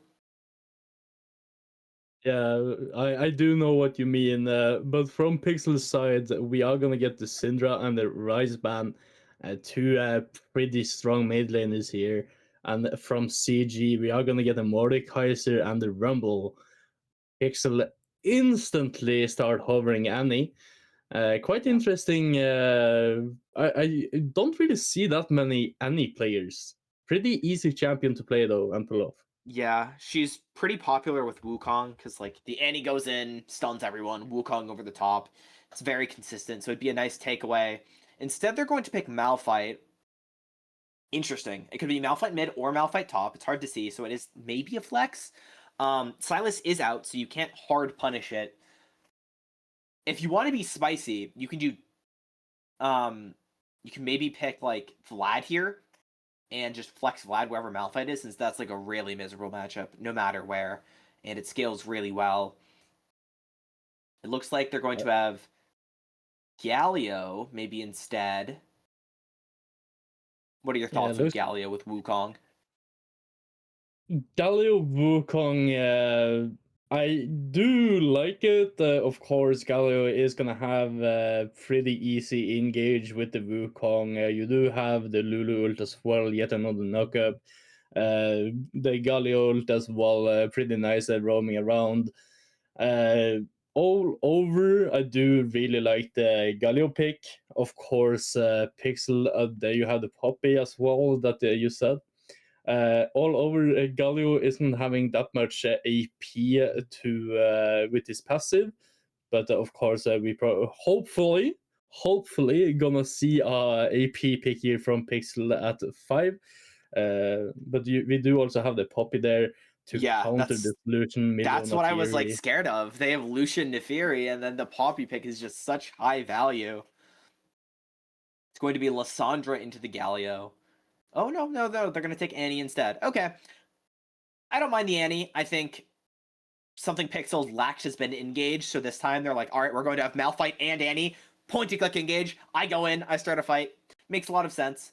Meanwhile, CG has a very standard comp. You got Wukong going in, Galio over the top, or you could just peel for Jinx and have your Poppy W and Neferi ulti, or Lucian going in. Neither side has that much poke, so it's probably going to be who has the better setup or can find the better flank. Yeah, it's gonna be quite interesting, this game. Of course, a lot of pressure yet again on this bot lane. CG do have not the only damage, but most of the damage on this Jinx as well, praying for the later games. If Jinx doesn't get to the late game, get the scaling and ahead as Jinx wants to see, this can be devastating for CG. But bot lane have been doing pretty good the last 2 games. So hopefully we do see Jinx thrive in this, doing a pretty good job farming, dealing damage, a lot of good spacing. But we do have Pixel. I do really enjoy the Malphite, the Annie, especially with the Lucian gonna have a lot of damage here as well. Could, in theory, go AP Malphite, but in this CG comp, I do think Tank Malphite is better. Yeah, it's probably Tank. You got the Annie for AP damage. Yeah. And I don't think there's like many targets you can instantly burst. Like you're not going to be bursting a Poppy inside lane. You're not going to be bursting a Galio. It's pretty much just Jinx or Lulu. And I think the setup is going to be more than enough. Also, I think AP Malphite is like a little bit, I don't want to say overrated, but like overpicked maybe. I think there's much more games where Tank is better than AP. I think it's just like in solo queue you get the dopamine of like deleting people, you know? So you're like, oh, Yeah. I press R and then all of a sudden the enemy team's gone. Like that feels good. Yeah, I know exactly what you mean. Of course, Tank Malphite is better in 95 to 98% of the games. But you do have those few games and the few times where AP Malphite is the play.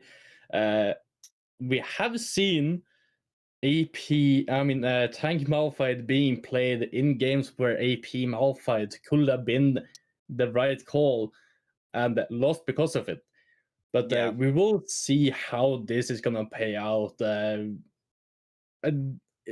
Draft wise, I do think CG have the most pressure that Jinx have to carry. Jinx have to be big, Of course, Wukong, Galio, Poppy is gonna deal somewhat a lot of damage together. They are tanky. They do have a lot of engage and support for the Jinx, but all over it's gonna be a front to back protect this It's basically Jinx.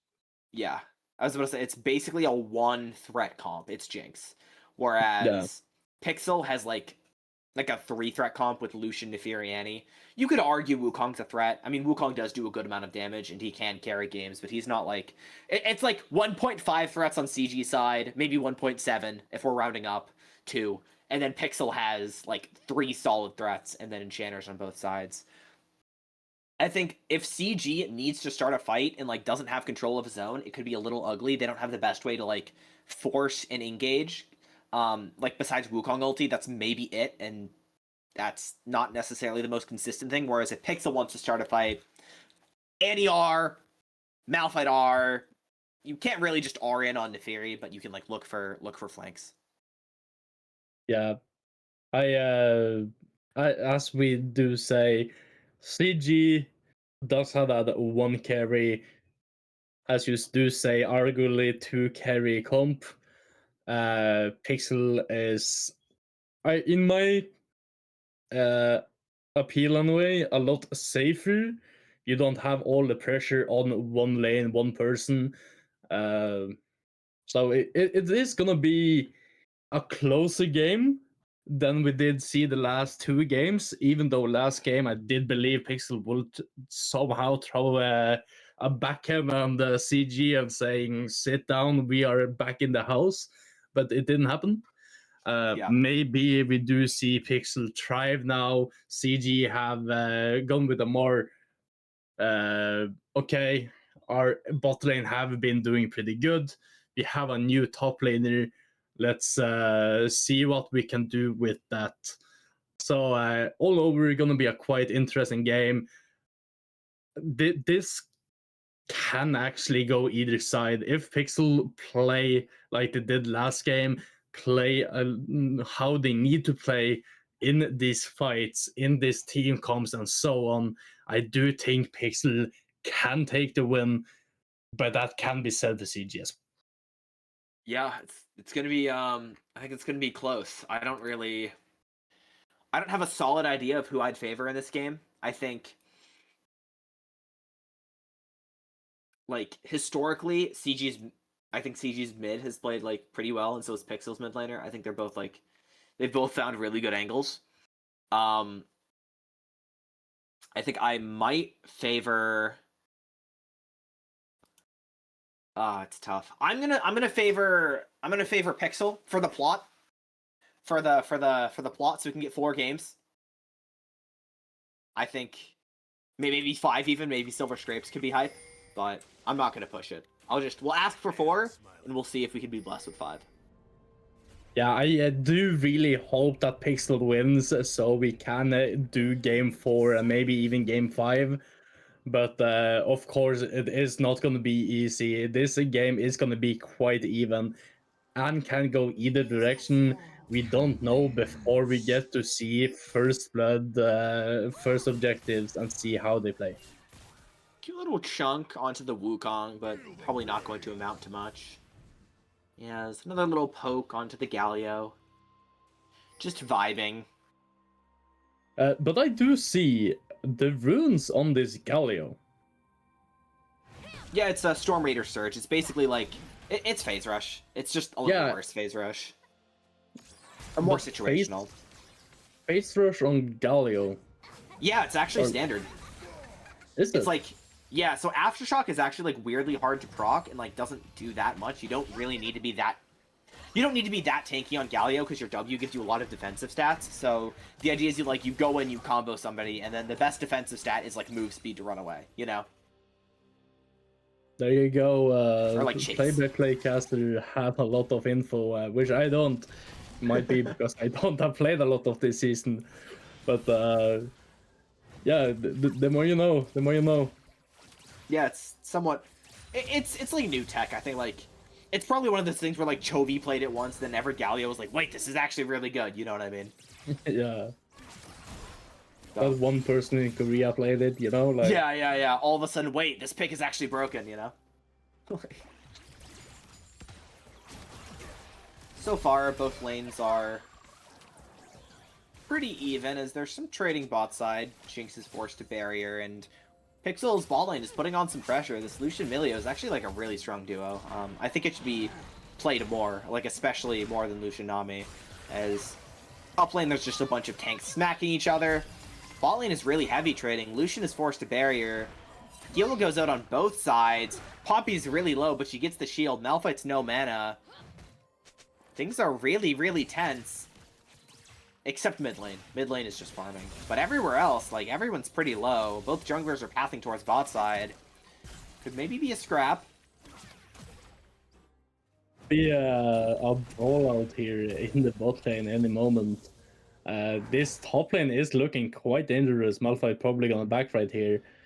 But this Scuttle fight, though, with how this bot lane is looking, as we do see Wukong is just gonna back, giving up the Scuttle. But it could have been quite an interesting fight here. Yeah, I think he sees his bot lane's like getting chunked, doesn't have push. Alrighty, I will instead just go topside. Now the downside of this is maybe your bot lane could get dove, but it's pretty hard to dive into Lulu, and there isn't a clean wave stacking, so I figure he's just gonna base, walk towards her Krugs. So far, little scary for Jinx, but neither team is like that ahead. We do get the TP from Malphite here as well. Poppy still looking to get a little bit more gold before backing. Maybe gonna regret that soon, but we will see. Yeah, we'll see if she's trapped in lane. She might be able to secure a W. It's not like Malphite's super strong, as Jinx is really low and probably has to take a slightly bad base here. As Poppy takes a greedy buy, has to step back even more, and ooh, I am very, very scared if I'm Jinx. I don't have barrier, I don't have heal. Lucian is low on mana, so it looks like they're just going to concede. Last hit this one wave, then match base, and so far, Jinx is surviving. Jinx is surviving. Some scrapping top. Yeah. Poppy bopping Malphite, missing the wave. Yeah, it's a kind of a Malphite nasty having trade, a lot actually. of damage here. Yeah, but in the extended trade, does Poppy have some juice left? They're both really low. Poppy's sacking some minions to get that really good trade. Malphite's now very low on mana. Yeah, that is the one thing I see in this top lane right now. Malphite is trading HP for mana. Ooh, they get a pretty nice look on Annie, but Annie just walks away. They don't have the most threat. Wukong isn't 6, so not even going to be a flash burned as Milio dashes in. Jinx trades back a little bit. Lands on the Jinx traps. We do have no fire bot here. Did get spot, or at least question mark. Yeah. It's pretty scary, actually, I think. Like, these champs are really, really aggro. You need to be dashing forward, making plays. Still really even. As Galio has first move onto Dragon, and he's trapped under turret. But Lucian Milio has first move. There could be a fight here. Neither jungler have 6, both mid laners have 6. Dragon's being done. Wukong goes over the wall. Looks like they're going to be a fight. Annie's on the flank. I think it's going to be a flip. Wukong steals it, but Annie flashes in, annihilates Jinx. The Galio ulti isn't enough to save her, and now it looks like Lucian's not even going to die to the Galio. It's 3 kills to Pixel. They had no engage game 1. They had no engage game 2. Finally, game 3, Annie finds a beautiful fight. Even if they lose the dragon, it is 3 kills. And you must be feeling really, really confident all of a sudden if you're Pixel. Yeah, Nafiri is sadly losing that Smite war. Wukong managing to find the steal there. Well done by him. But finally, Pixel, as you did say, finally have that engage on their team. Getting quite a good trade. Yeah, as Malphite just annihilates Poppy, I was I was really shocked by the damage there. He has cloth armor and boots, but Poppy disrespects him, and yeah, this Malphite pick is winning, and Pixel is just winning everywhere on the map. It's currently 4-0. I think we finally have the game that we wanted. If this is how the game is gonna keep going, if they manage to utilize on this early game lead, currently 4-0, we might even get a game 4. I know, that'd be exciting. I want a game 4, certainly. But we'll see if CG is going to be able to make their way back into this game, because even though they lack engage, it is still, if they control a zone, it is still quite hard for Pixel to just run into them, because again, they have Poppy, they have Lulu, they have Galio. It's hard to just like run past those champs. It is hard to run past those champs. But it is what they want to do, especially as it's only Jinx, or not only Jinx, but mainly Jinx, that they need to keep shut down. And they're currently doing quite a good job with it, as Jinx is already one dead behind and one kill to Lucian. So Lucian is gonna have a slight lead here in the early game, and I do really hope that they get to utilize this and shut down this Jinx once again in not too long. But we will see, these are high elo players, they know what they're doing. Lucian dashes forward, but Wukong's here. Wukong flashes forward. Jinx lands the slow, but there's no follow-up.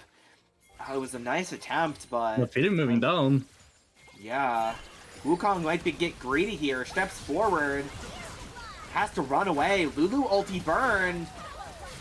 Milio ulti burned. But Annie's here first. Wukong dies. Annie running around the flank. Jinx might have to flash away here. Lulu no flash. There's the Jinx flash, and it looks like there's going to be a dead Yordle Enchanter. Galio might get some advantages mid here, but it was just Lulu getting way too greedy. He should have known Naafiri was in the area, just face checks, and Pixel securing a much more sizable advantage. Yeah, well played here, managing to take it down the Jinx before, I believe it was the Jinx if it wasn't the Wukong, before even Annie got into the fight, was really big for Pixel's side, managing to barely get Illusion to live as well, managing to find the Lulu as well with the help of Annie. Lucian might have overstayed. Waves in a little bit of an awkward spot, but I think he'll just walk it off. As now Naafiri seems to be starting grubs, Milio's in the area, and Lulu's still bot. Yeah, Lucian also backing, so bot lane can't really utilize this timer as Milio is on top side, currently doing quite a good job. Galio looks in for a trade, but Milio's there, but he'll walk it off. It's pretty impossible to kill Galio as an AP champion, like, period, but especially pre, like, 3 items. Like, the champion is just so bulky, he does a ton of damage. Yeah, Galio is dealing a lot of damage early, pretty bulky, especially with that passive, as you said. That AP shield is helping quite a lot. Having a pretty easy escape as well with the E, unless you want to tank the E and take a little bit of CC and damage from your own. Yep. Malphite, which was previous in a little bit of a rough spot early game, is now, I think, firmly ahead. He's feeling really good. Jungle's ahead, mid's ahead, bot's ahead. And this is one of the issues with running a comp with like lower playmaking. We saw Pixel struggle with this last game. Like, your only playmaking is Wukong art. That's it. If you fall behind and people aren't running into you, what are you gonna do? As Annie is making a creative play, she's kind of hovering bot. Dragon is up. She's kind of giving mid-wave here. But I think CG, no. Dragon isn't fightable. And if Lulu ever steps too far forward, Wukong goes in. But I think CG kind of sniffed that Annie is in this area. Maybe they don't know she's exactly in this bush, and they don't, as Wukong steps forward and is immediately dead. He can't get away, dies to the Annie on a really creative spot. A Drake secured for Pixel. Yeah, maybe this top lane swap have thrown CG a little bit off. Maybe they don't really have the communication that they had last game. But something have changed. GG is not how that strong anymore as they were last game. Yeah, it's looking like Pixel has finally found the key to making a good League of Legends comp, Engage. It took them 3 games, but I think they might have found it. As the bot lane's trading really heavily and Lucian annihilates Jinx. He's on a 1-item spike, and Jinx is on a similar but weaker 1-item spike. As there's some trading mid lane. And he's actually down 20 CS. She's found some nice looks, but it did cost her lane a little bit. She's relatively weak, though, I mean, she's compensated with kills. That is true. Lucian have the kill lead, but Jinx do have the farm lead. I don't know the gold difference. If you might take a look at that, but we do have a quite big gold difference here. Malphite goes in, chunks Poppy. They're both quite low. Looks like a 500 gold lead for top, 500 for jungle. Pray to Flash is top. Poppy's really low, and Malphite just walks away. 800 gold lead mid, about 1.3k bot, 600 support. Feels like everyone everywhere is ahead. Yeah, and we can see that with the 4k gold lead here over to Pixel as well, all over. Yeah, it looks like Pixel's finally in a good spot. I mean, I think the issue, again, with drafting a comp like this, no engage. So if you're behind and the team's not running into you, what are you going to do? Like, how do you find a pick onto Lucian? How do you get onto Annie? Now, Lucian and Annie are a lot shorter range than Ezreal and Xerath. That might be the saving grace, is that, like, Lucian does have to step forward. So if Lucian ever steps up in a bad spot, maybe you can Wukong ulti him. But, that's kind of it. Or maybe, like, a Galio flash taunt, right? Yeah. But that's easier said than done. I do think I would have liked a Brum instead of the Luli. Have that more engage, have more CC. Isn't the worst with Jinx either. Of course, you are gonna lose the healing from the Lulu, but could have potentially been better. The logic behind, as actually there's a flash out of the Annie, and Galio dies to the Nefiri, who finds a good angle. I respect him trying to look for stuff, but unfortunately, Nefiri is kind of everywhere right now, as Lucian's currently in a 1v3. Might have stepped a little bit too far forward, forced to flash away. Wukong E-flashes to a minion, but Milio's in the area. Every sub burns from bot lane, but there is not a kill. As top lane, Poppy and Malphite are scrapping it out. Nefiri's in the area, and I think if Poppy ever uses W, Nefiri's gonna pull the trigger. No ulti, though. And there's the Malphite ulti. Instantly kills the Poppy. And the TP kind of burned for nothing. And he's going to TP mid, maybe get some plates. Jinx will rotate mid because they realize bot turret's gone. It's just a disaster for CG. But life for Pixel, life for the series. Yeah, Pixel is currently doing pretty good. I do want to hear what the speech the coach gave towards the players and what speech the players gave to the coach, managing to finally get a good draft, managing to play it how it's intended. So, doing right side for good. CG is they do secure Herald, as the Galio lands a taunt onto Nefiri, but CG is on the run. There's a flank from Poppy on the side, and she just W's away. Again, the Poppy value here is really good. Looks like an even fight. Galio is chunked out, though, forced to flash away. Poppy finds an ulti onto the Milio, but Milio's just going to walk all the way back. Any ulti lands onto Wukong clone. That's it. Just a dead Poppy on a bad TP angle. And the Herald secured for CG.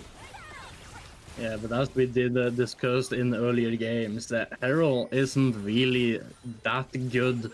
It's not really worth dying over. Yeah. I think Poppy just got a little excited. She was looking for an angle. You're behind. I respect the angle, but not really anything, as Galio is face checking an Annie, and Annie might not kill Galio, but 4 people might kill Galio.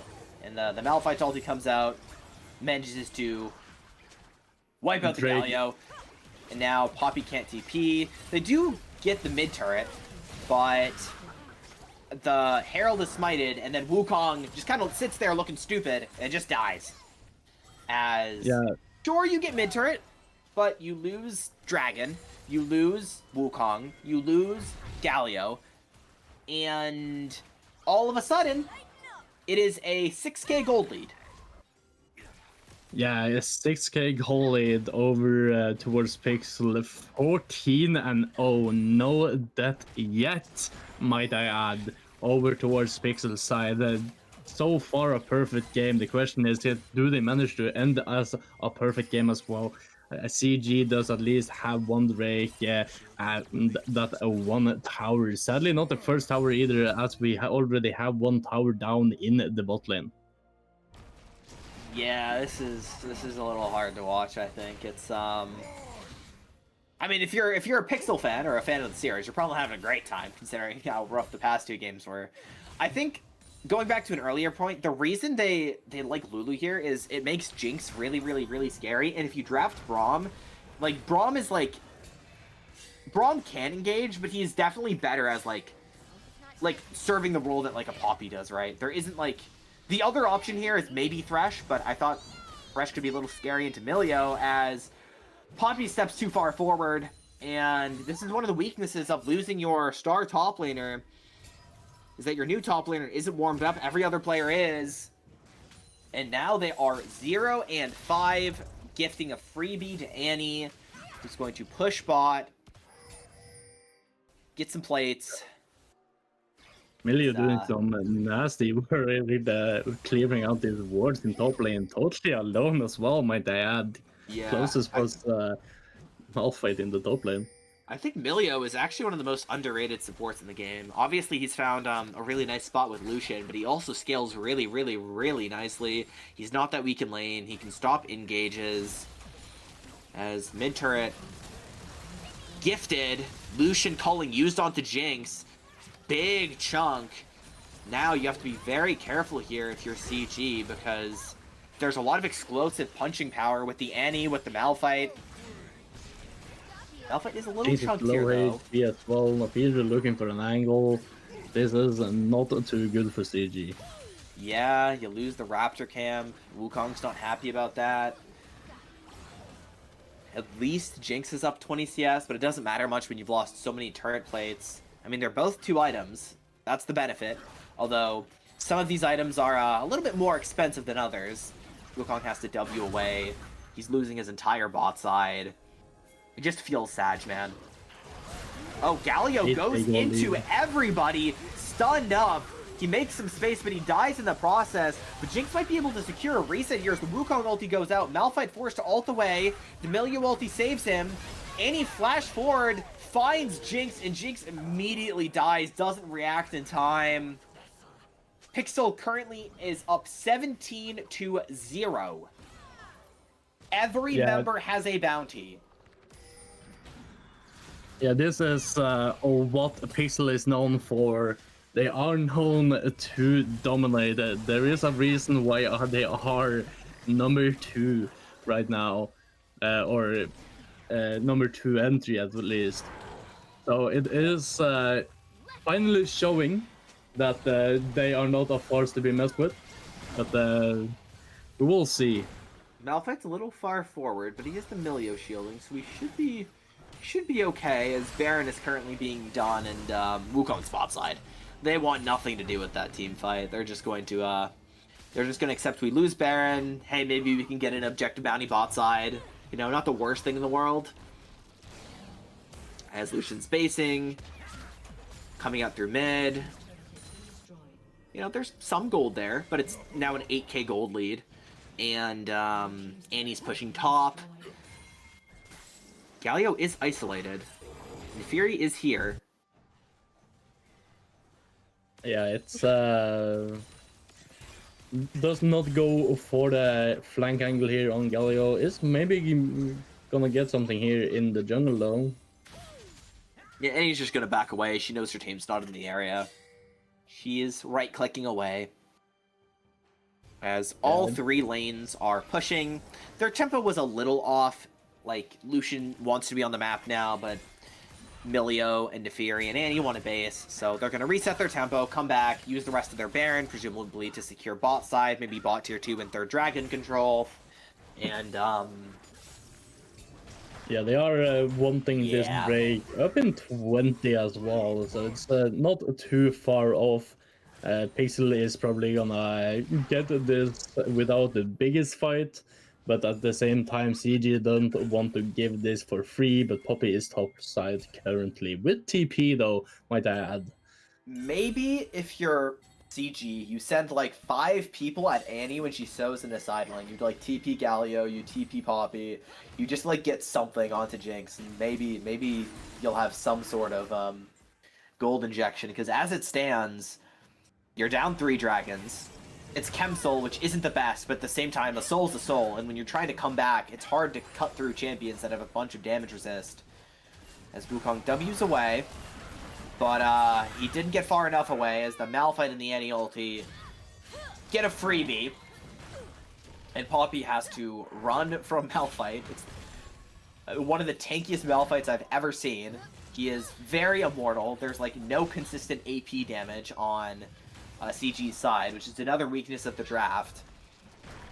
They saw Malphite and said, we don't want Vlad, we don't want, you know, a mage, we want Poppy Galio.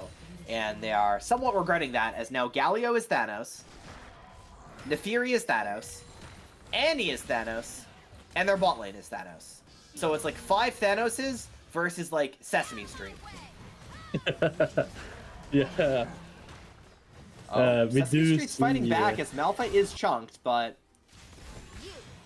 Oh, hey, there's an angle here. Poppy's down 3 levels, but it's still looking. The Galio ulti over the top, and as it turns out, Sesame Street has hands. Poppy goes in, immediately dies, and there's still 4 other Thanoses alive. Maybe a little bit premature, but they get a shutdown. They do get a shutdown, they do get finally 1 kill on the board here for CG. I think they're already happy only with that. But of course, it's a 9k goal lead over to Pixel, so it's still a pretty one-sided. CG is struggling clearing out these waves under tower. Yet a Baron, or Nasher, yeah, Baron as well, I could say, is up in 220. So Pixel is looking quite strong here, do have item advantage. We don't see the Jinx, the strongness that we really wanted. So of course CG is struggling a bit here. Maybe if they somehow manage to get the game to 45 50 minutes all of maybe CG, if Neferi, Annie, and Lucian walk up to Jinx and unplug their keyboards, there's a comeback angle. Because they are up 11k, and CG's down every dragon. They don't have grubs. They don't have any pushing sides. And the shutdown gold, the only shutdown they've gotten, the only kill of the game, went to a Galio. Yeah, a tank Galio, who did find an angle onto Neferi, but just runs away because it's Neferi. They do go on to the Lucian, but the Peel Familio is really, really good. There just isn't enough damage as Malphite finds an ulti into the backline, but his teammates are chunked. He might have to walk back here. It's basically only Annie and Milio. Neferi and Lucian have to base. Lucian will stay, actually. He has some lifesteal, but Neferi forced to base. They'll get mid-inhib. This will lead to Baron control, or Soul if they want it. They're basically playing in Minecraft creative mode, man. If they want Baron, they can take it. If they want Soul, they can take it. They can pretty much do whatever they want. Yeah, they are pretty scary here. Jinx does have some damage here, though. But that is not enough, as we do already say. Oh, they do see Annie, and Annie's caught out of position. Poppy lands the stun. Another shutdown to Galio. And finally, they donate a kill to this Jinx, as Annie didn't realize that they actually do have vision in that bush. Steps too far forward, and that is a really, really big kill, because all of a sudden you can't do Baron. You're still down 9k gold, but you have a shot. You know, Jinx is 3 items. and they're good items, there's not a non-zero chance. There is a chance here on the board, as I do say. If we go for long enough, everybody full build. I do Yeah, think CG have a chance, but of course, it's the journey to get to the full build that is yeah. gonna be the hard Getting part. there is the hard part. Though when everyone has items, no one has items. Now the biggest gap here currently is jungle. Jungle is up one full item. Like mid lane is also up one full item, but jungle is up like expensive items. Yeah, up 3k, up 1k top side, up about 2k mid, up about 1.5k bot. So there still is a significant lead, but it's not as significant maybe as it used to be, since it is kind of late game. And you know, they kind of have drag control as Poppy clicks forward. Does manage to get a nice stun onto the Milio. In a little chunk there, but Milio is still okay. And they unfortunately did lose position of that bot side, which means that it looks like Soul is going to be given to Nefiri for free, which feels really bad if you're trying to mount a comeback, because that 13% damage reduction and damage increase when you're low is very, very scary. That means that those Milio ultis to save your life are also going to make you tankier, functionally, right?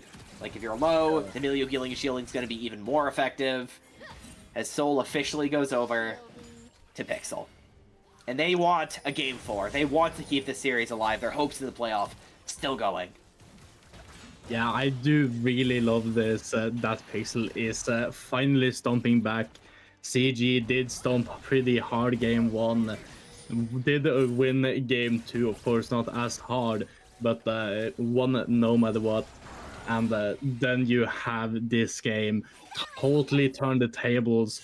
Pixel is currently crushing them, and maybe we even get to see a closed game here for the next game, managing to pull it up to 2-2 and a fifth game. Ooh. Yeah. I mean, like, Pixel looks like a completely different team when they have Engage. When they have one way of closing the gap and actually starting a fight consistently, they look really, really good. Because it's not like CG played terribly this game. It's just Pixel's kind of outplayed them at a lot of points. As they're looking onto Poppy, or sorry, Poppy's looking onto Nefiri, who's out of position. The shutdown goes over to Poppy. They can't, in fact, kill Galio. He's just too tanky, man. And now Annie finds an angle onto the Jinx. Wukong is still spinning, but it's a one-threat comp with Soul. And once Annie found the angle onto Jinx, the one threat is gone. And it looks like that is going to be the end of the game. Poppy's trying her best, but I think Milio is going to be able to stop her base as they march down mid lane. Yeah, it looked like Pixel is done playing around. They want this game to end. They want a game 4. And yet again, finally, when Pixel have engaged, we do see the tables turn, which is amazing to see. I love to see it. And it did crush quite hard, 24-1. Quite an amazing time. Yeah, that's looking really, really, really good for Pixel. They find the early fight they're looking for. Annie found a bunch of amazing angles. If I'm giving like a player of the game to anybody this game, I think it's Annie. I think Annie found basically every angle they need to, got their bot lane ahead, in the final fight was able to take out the Jinx. Pretty big mid gap, I would say. Even if it was a little sketchy there towards the end when everyone had items. Yeah, it's quite scary facing off Pixel when they actually have a proper comp. Now, when they don't have a one-man carry, they don't have that strongness of no engage. They finally have engage. They finally have multiple carries, and then CG decides to do the mistake that Pixel have done all wrong. They put all the pressure on one person. Pixel is saying, okay, we just keep our bot lane ahead. We just need to get this Jinx behind and throw the games, and then we come back. And so they did. Yeah. I mean, I think it was really, really well done from Pixel. They find the angle they need to. And that's the thing about a no engage comp. It can work. Like, you did see there were angles for like Galio and Poppy to peel for the Jinx, but it's so much harder if you're ever in a losing position. Like, I see the comp. Like, if you get ahead, if you peel for your Jinx and you don't let the Lucian Milio snowball, the comp is really scary. Their range is high, their scaling's quite good. They just need to be in like control. But if you have no control, poof, your comp falls apart. Yeah, it is really, really hard. But that is enough of that. We are gonna go into game 4, but that is not before after a short break. See you guys soon.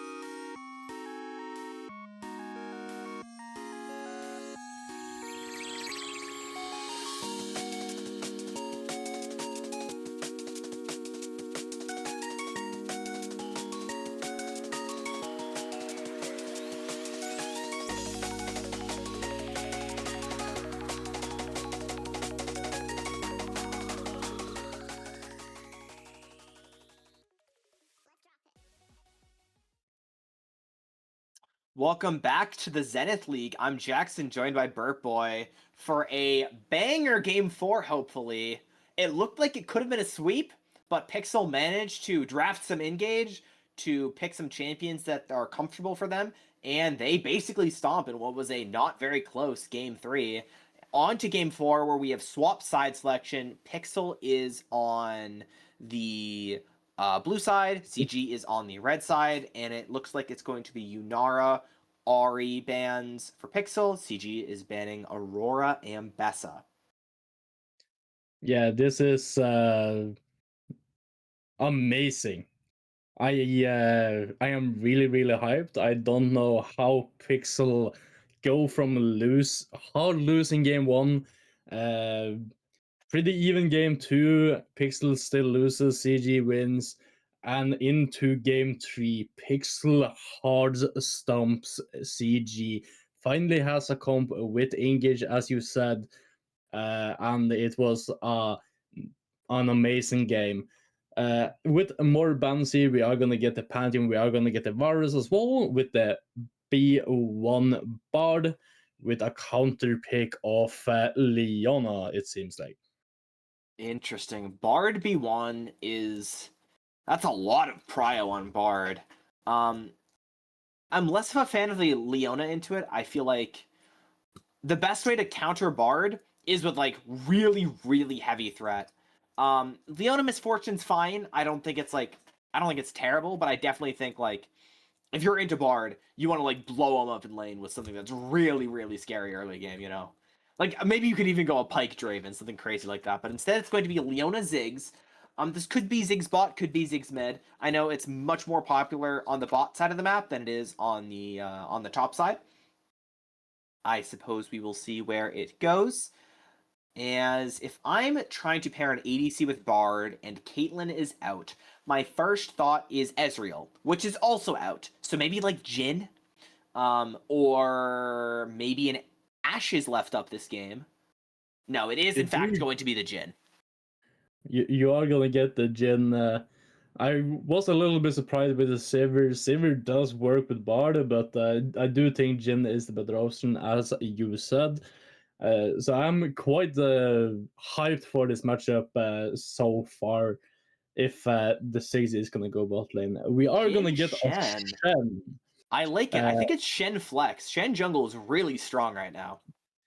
Yeah, Shen is probably a flex, but they are gonna say, okay, if you guys are gonna put a Shen flex, we are gonna put Olaf a flex. So so far pretty decent.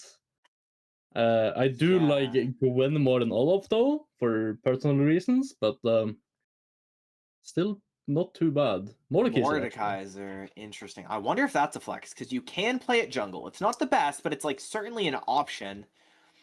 And now we'll see what they protection ban, because they could just protection ban top lane if they think it's going to be Shen jungle, or they could maybe ban out some of these high prio mid laners. Off the top of my head, Syndra's still up. I think Ryze is still up. Yeah. I know Azir and Akali are still up.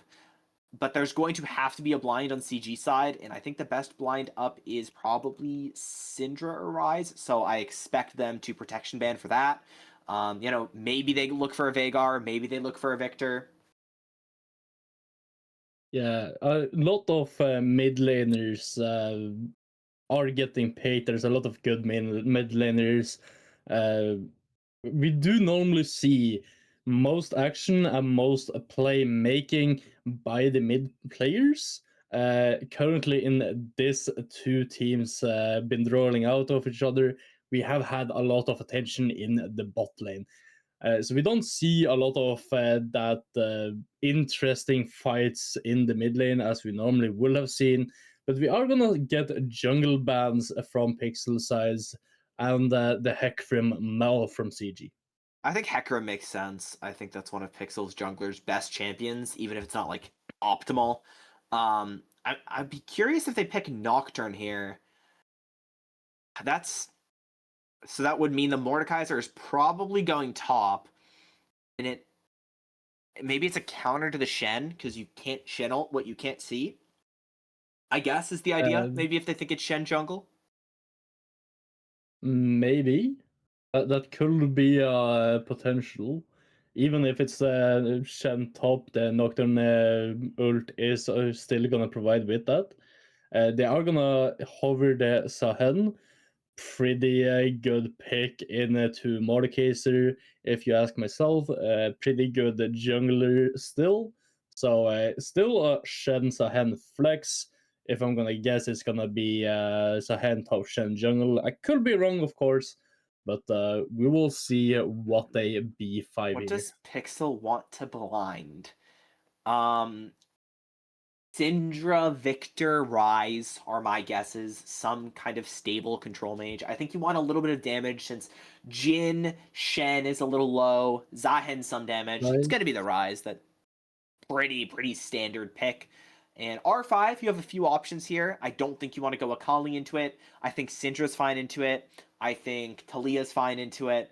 You could go Yone. I know he might not be a huge Yone player. It's going to be Ziggs mid, in fact, and they're going to put the Xayah bot side.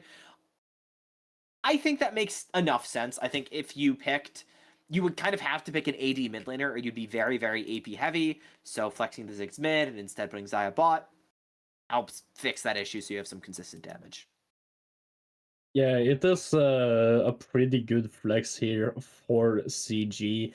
Putting the Sags in the mid lane and the Saya in the bot. As you do say, they would have to put AD mid if they don't want to be AP heavy. But as you do say, a pretty nice solution to this with the flex of the Sags. But Okay. I do think their mid laner is more of a mage player, so it makes Yeah. pretty much perfect. Makes sense to put Ziggs mid. You don't want to have to play something like Yone. It's probably also a lot easier, like if you're used to playing with like a marksman bot and a mage mid, to continue playing that style. It looks like it's going to be Shen top, Zahen jungle. How do you feel about Shen into Mordekaiser as opposed to Zahen? I do think Zahen is a little bit better into the Mordekaiser personally.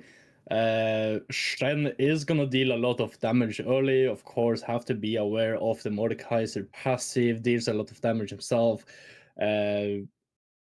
Not gonna be the best for Shen. I think Mordekaiser is gonna come out on top. If but I do think Shen is just gonna play passively, take some farm here and there, and try to roam, giving some pressure into the bot and into the mid lane. Yeah, it'll be interesting. I do. If I had to pick one comp to favor, kind of like CG's comp, I'm not really a big Jin enjoyer. And it's not the easiest thing in the world to make it through some of these tankier champions like Mordekaiser or Nocturne. It can be kind of annoying. The bright side is that they don't have. If we talk about engage winning games, CG kind of only has Leona, which is fine. It's definitely a way to start a fight. It's not terrible. But Pixel has like, I think, a few more ways to start a fight because they have Jin set up. You could look for a Bard ulti. If you're getting engaged on, you have Shen counter engage. You can have a Rise route followed up by a Jin, which is like kind of the advantage of Jin, even if it does lower damage. You have the ability to kind of like spark a fight from nothing because of trap setup and Jin W being a great pick tool. Yeah, you also do have Sahen. He does have some decent flanking opportunity with the ult across walls. If he managed to hit a lot of them with the ult, he basically have his passive already up. So I do like Pixel's draft more if they know how to play it, but CG do have the easier draft to play.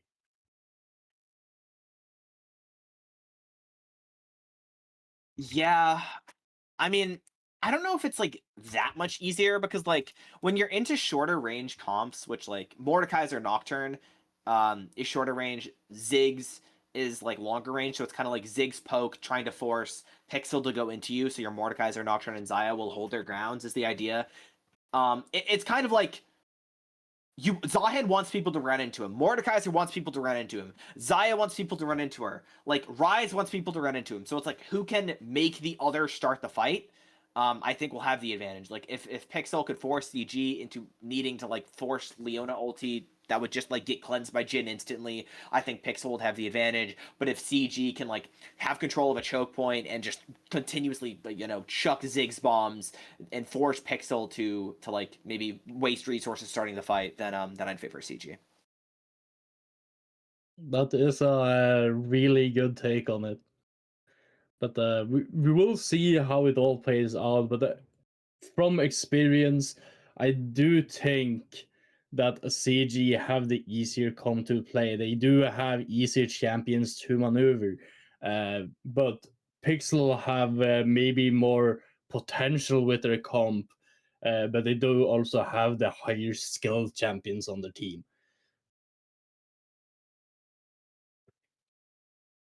Yeah, I mean, I think it's going to be interesting. If you gun to my head said I had to like pick one comp to win, I think I'd pick CG's comp just because I hate Jin. I feel like Jin is just like you do have some consistent damage with Zahen. I don't think it's the worst pick. They did draft around it, but like every time I see Jin, I'm like, wow, imagine if they had like any other ADC here.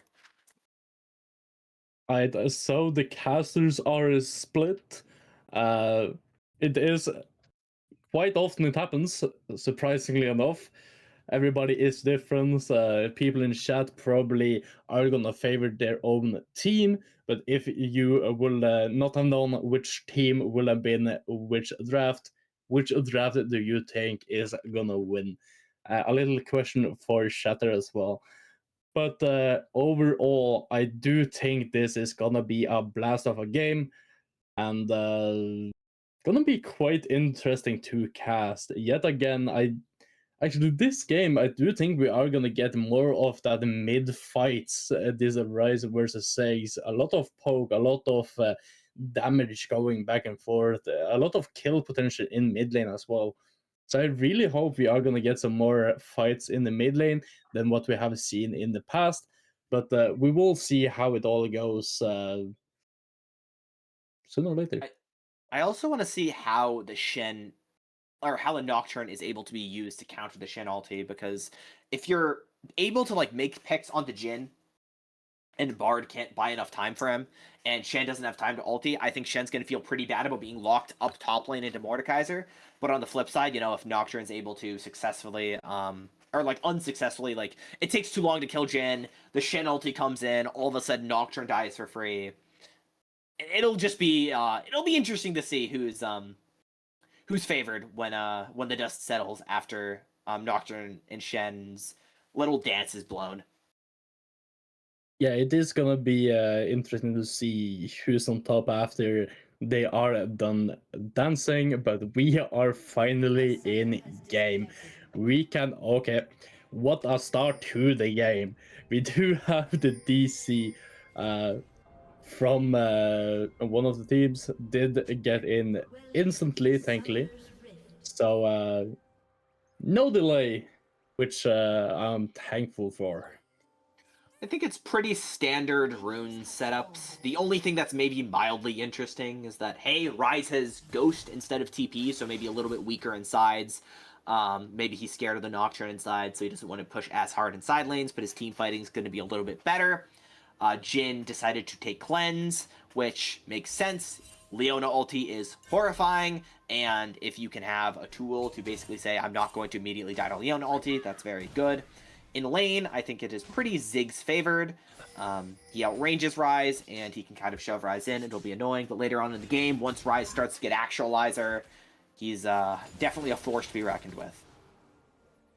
Yeah, it is gonna be quite interesting. We also do see Bard with Electrocute getting that damage, so isn't going full support as I don't really see that many bards go full support anymore unless you're that one friend of mine. So yeah, I think like 3 games out of 3, the winners of the games have had the winning bot lane. So it makes a lot of sense that both junglers are going to path bot lane. Ryze is probably going to ult bot lane. Ziggs is going to ult bot lane. Shen's going to ult bot lane. Maybe more TPs bot lane. We'll see what happens. But the series has so far been determined by AD carry gap. Whoever has the stronger AD carry wins, which means we are in any season of League from 1 through 16. That's kind of the standard. As, Mordekaiser actually finds a really nice pull into Shen. Shen grabs the sword back through Mord. Mord flashes back into the bush, but now he has to discover, how do I get back to my turret? Because he flashed in a really weird spot, and he has a massive wave crashing. Even if he lives, if he misses this massive wave, it's a huge, huge L. It looks like they're calling for Ryze to move over. No flash. First blood is bot lane somehow. Mord dies, misses that massive wave. So even though Jin dies, Leona presumably getting a very good engage. On the top side, Mord's game is over. He has lost so much. Yeah, currently Mordekaiser is down 1 level, already died 1 time, only coming out of base with boots as well. Not really looking good for Mordekaiser. Down gold, down XP.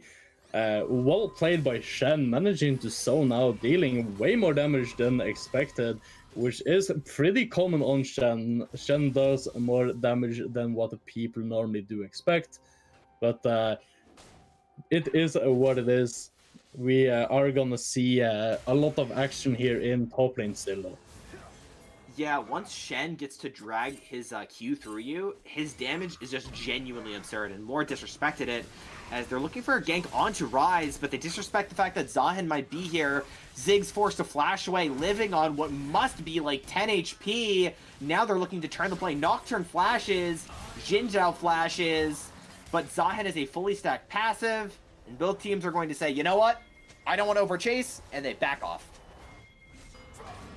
Yeah, nicely turned there by PXL, managing to chase away the Nocturne and the Ziggs. Both Ziggs and Ryze was quite half a second delay there.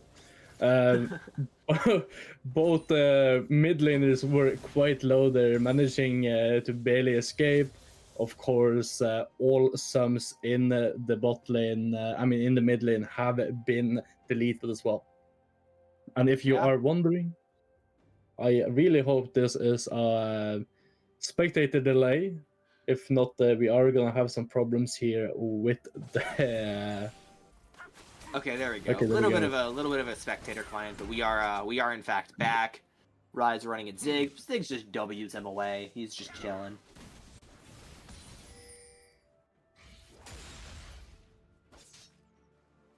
Already for half HP in top lane, Mordekaiser is playing from behind but not doing too bad after what happened earlier, of course. Yeah, I mean, overall it looks like a pretty even game state. I would imagine Shen is mega ahead, whereas Xayah's mega ahead. Though I do kind of unfortunately for CG or for Pixel, I do favor the Xayah who's ahead. Although maybe my words are going to be taken back, as it looks like Shen almost gets the solo into Mordekaiser, but Mordekaiser is able to use his shield, keep himself alive long enough, gets the solo kill. Now bot side, Zahen's going in onto Leona, fire over the top, but Nocturne's in the area, really nice root pullback. Ryze ults in, but the Leona stun makes sure he's kept at an arm's length. Leona flashes away. Everyone's very low, but nobody dies on the bot side of the map. Yeah, and this is what I was afraid of in the top lane as well. Even though that this Mordekaiser is behind and the Shen is dealing a bunch of damage. Nice ult by Ziggs, by the way. It is still a winning lane for Mordekaiser, as he does have a lot of damage with the passive. As long as Mordekaiser gets to stay on top of the Shen, it can still be deadly for him. Yeah, it's certainly going to be, I think, a little bit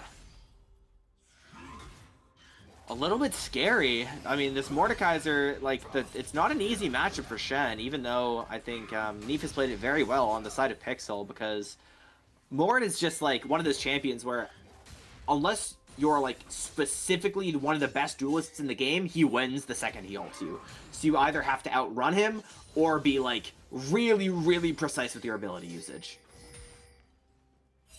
Yeah, and the same with that W of Mordekaiser, managing to get the shield and heal as well if nobody is around. It's quite nice and a lot of sustain for Mordekaiser as well. Yeah, we'll see who's going to be coming out on top in the top lane now that it's a lot more even.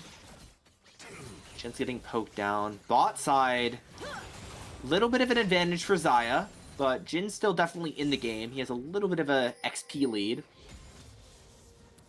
Do you like Jin late game? Jin is pretty strong late game. I do think he's stronger than Saya personally, but It's like don't really it's the know how range, this. right? That's like I feel like that's what Yeah. makes Jin late game so strong is the range and the movement speed. It's just getting there can be really frustrating sometimes because like there's like that 2-item like dip. Other ADCs a lot of the time spike on 2 items, but like Jin sometimes just the opposite of that, which is why I think he can feel bad if you're not accelerated. Yeah, I do understand that, but Jin also do have the power of his 4th shot, but of course he does have the reload every after 4 shots, so he has his own buffs as his own strength.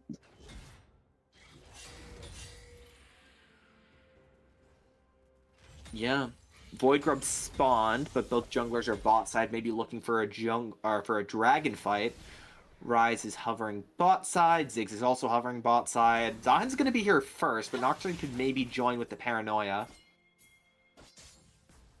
It looks like Zahan's going to want to start the dragon. Currently, Rise is mid prio, and they also have bot prio. But Nocturne looks like he really wants to fight this. If he goes in, though, Ziggs might be able to join, or Ziggs might be too late to join. They're stuck in a pit. Pixel has been burned by being stuck in a pit before. They go in, Zahan ulti, Ziggs ulti over the top, Nocturne ulti popped, Xayah ulti popped, everything has been burned. Shen goes in before the Nocturne ulti got popped, which was really, really, really well played. Mordekaiser still top getting plates. Rise ulti on the flank. Nocturne ends up killing Shen. Rise is still blasting. Drake is up at 1k. 4th shot is used on Leona. Everyone is really, really low. The Drake is helping kill Leona. It looks like it's going to be a Drake to the side of CG. No, it's going to be Pixels. I'm confused because Pixel was on CG's side of the map from all the shenanigans that happened. But it looks like it's going to go to Pixel side. Somehow, and like, so it's a positive because of all the top shenanigans. Despite Pixel having like a better fight and getting the dragon, it's like gold neutral because Mordekaiser got a ton of plates, but now it's like traded for Jin gold. Yeah, and as we have discussed, these ADC matchups are really, really important. Whoever have been winning in the 4 or the 3 last games have been winning the game through bot lane. Oh, Nocturne Blast comes over. I don't know if he got the smite. It looks like Zahan is feared out of the Bard ulti, and it's an easy kill for Nocturne. As Mordekaiser lands the ulti onto Shen. I don't think he'll have quite enough damage to execute him, though. And it looks like it's going to be 2 grubs to Pixel, 1 grub to CG. Yeah, sadly Mordekaiser did have the kill potential there, but ulted a little bit too close to tower, so got a little bit too many tower shot there. Yeah. I mean, it's going to be interesting as Bard is making a roam towards top side, and it looks like it's going to be an absolute freebie for Shen to pick up. I think what's interesting about this Mordekaiser build is I don't think he's going standard Rocket Belt. I think he's actually going Dusk and Dawn first item, which is really underbuilt on Mordekaiser, and I kind of like it. I think it's like genuinely really good on him. It's very, very underutilized. Yeah, even though that the Dusk and Dawn have gotten itself the fair share of nerfs, it's still a pretty strong item for people that using passives or attack with the passives as Mordekaiser, Echo, and such champions. So I do really like Dusk and Dawn on Mordekaiser here. Yeah, I think it's... We'll see how strong it is once he actually finishes the first item, since it isn't done yet, and Shen has a sizable lead with Titanic Hydra finished for him. Looks like Nocturne's a fair bit ahead of the Zahan. Mid lane is probably pretty even, maybe a slight lead to Rise. Bot lane is pretty even, though there is a CS lead for Xayah, and she has finished her first item, whereas Jin hasn't. Pretty much everybody except... Everybody on CG except Nocturne has Flash, as Zahan face checks Nocturne, And once again, this Zahen champion from behind is just dying on repeat. Shen is forced to ulti, but then they go in on the Jhin, who dies. The Nocturne ulti is used to finish off the Zahen. It looks like it's going to be a very solid play for CG. Ziggs ulti over the top, but Shen is making the difference, turning it around. Leona is just about to die to the Shen, but Ziggs has finally arrived. It's a 2v3, but the 3 is quite low. Can Ryze get out? It looks like he will. Shen making space. He goes in double taunty, but Ziggs kills Ryze. Flash from Bard. Everyone is using their flash. Pretty much only Shen has it up, and Shen barely lives the tower shot. What a play. Everyone dies. It is completely even, and Mordekaiser is still whacking the top turret. Yeah, Mordekaiser coming on top here, managing to get these tower plates is pretty nice for him. Still even in farm here as well after all of these ganks from this Shen. So all over, I do think that CG might have come on top from it, but it is still a pretty close and good trade from both sides.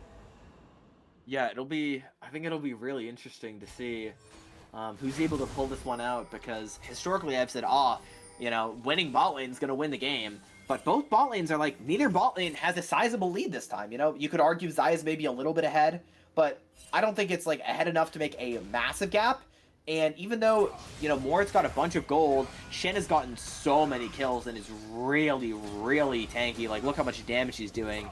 It's kind of ridiculous. Mordekaiser does have the ulti, though, and does use it on Shen. Shen just has to buy time to survive in the 1v1, but Mord in the ulti is just too strong and is able to take him out. That's a really nice W for Mordekaiser, shutting down the Shen. Once he gets this wave in, maybe he'll even get first turret, which would be crazy. He's going to complete his Dusk and Dawn and be an absolute menace. Looks like there's going to be a fight bot side as well. Leona stepped too far forward and is immediately executed. It's not even close. Just out of position. Had to respect the fact that Zahen was in the area. Now the Jhin ulti over the top. Rooted. Looks like the Bard ulti is going to be used on the side onto the Ziggs, who was trying to join, but it was a mistake. Nocturne is going to try to help his Ziggs and ends up killing Bard and Ryze in the process. They were both very low, but now he might have to get out. He doesn't have anything left. Zahen flashes forward, and with the Jhin damage, it looks like Nocturne is barely able to squeak out and spell shields the Jhin root. Oh, that would have been horrifying for Nocturne. But he is able to barely, through the skin of his teeth, make it out. It looks like you would think Drake's going to be secured, but Xayah's back, and it looks like they're fiending for another fight. Leona goes in, stuns up Zahen, another freebie gifted to Xayah. Jin's forced to run away. Ziggs is TPing. Drake secured for the side of CG as Jhin ain't got nowhere to go, forced to flash away.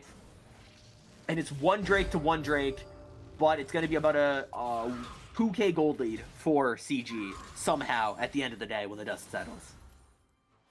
Yeah, it is pretty even here all across the board. 2k at 15 minutes. We have seen worse or bigger leads, so all over pretty even. We do see Xayah is having a sizable lead over this Jhin though. But I do think Raze is gonna be one of the carries for PXL this game. Yeah, we have to see. I mean, looks like Ryze is stepping too far forward, but Bard's here to support. Nocturne support in over the top. Bard portals away. Leona ends up killing Ryze. I don't know if Bard can get far enough away. He is able to. Bard is a very fast boy, but it's another nice pick from Nocturne, and this Zahen just looks completely useless from behind. It just doesn't live long enough to stack his passive, and he dies instantly. Yeah, and as I say that we need Ryze to maybe carry this game, he yet again falls down. He overstays in top in here with Bard. We do have Nocturne currently 6-2, a huge contender into the MVP votes in the end of this series. Yeah, this Nocturne has been basically everywhere. Xayah has a definitive lead. CG is probably very comfortable with this game state. They have a lot of poke, a lot of ways to make you come into them. And Leona is a very, very scary thing for Ryze to go up against in a side lane. If Leona ults you and then Nocturne over the top, you're just dead. Shen lost his gold lead. Mort is still in a really nice position. He has his Dusk and Dawn finished, and looks like he's going Leandri's second, which is very interesting. I like it because they're very bulky. I think that's the idea behind it. A lot of HP, so a lot of ability to shred. Red team's turret has been destroyed. Looks like Ryze gets top tier 1. So far, they're just handshaking sides of the map, whereas Zion's playing towards top side. Nocturne's playing towards bot side. Next objective fight is probably going to be this next dragon. Ooh, Ziggs might be getting collapsed on. Zion's in the area. He does have flash, and is just able to satchel charge his way out. Yeah, barely managing to dodge that pull by Zahen. Nice little satchel charge right there, but Nocturne is currently in top lane looking. Yeah, I think Ryze is just going to respect that and back off. As of now, if CG win this game, which they're maybe in a position to, they will be the 3 seed upsetting the 2 seed in a 3-1 victory, which is crazy, as Jhin forced to cleanse Bard ulti over the top to stall the play. Jhin barely lives. Shen ulti used to save him from the ignite. Leona might have gone too far. He dies. Bard dies. It's a trade of supports, but it is definitively PXL with the advantage as everyone is retreating. Zion no sums, and Mordekaiser is still split pushing bot side. That is all that happens. Ryze kills Nocturne, and this is the story of this game. There's a fight that happens, it goes one way or another, and Mordekaiser is just hitting side lanes. He has now 2 items with boots completed, almost as strong as Nocturne, and has participated in way less fights. Yeah, this I would like to see a Mordekaiser TP in there, had teleport up and everything. Yeah, he wants gold. He's the real carry this game. As a nice flash, and Ziggs is dead. Stiggs is indeed dead. But I do see that Ryze, especially after managing to get the kill onto this Nocturne as well, I still believe Ryze might be one of the carries for PXL right here. 2.5 items. His row is about to tick, meaning he's going to get the full extra level. He has Seraphs fully stacked. He's going to get his Actualizer. I wouldn't be surprised if he walks up to Ziggs and genuinely just one-shots him. Like, it is crazy how much damage this Ryze champion has.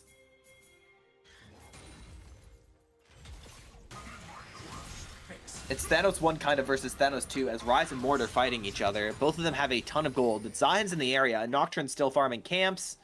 Drake is up in 10. It looks like CG has the advantage so far. They have a little bit more setup.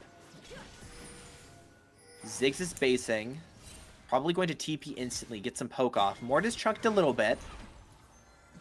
Very tense.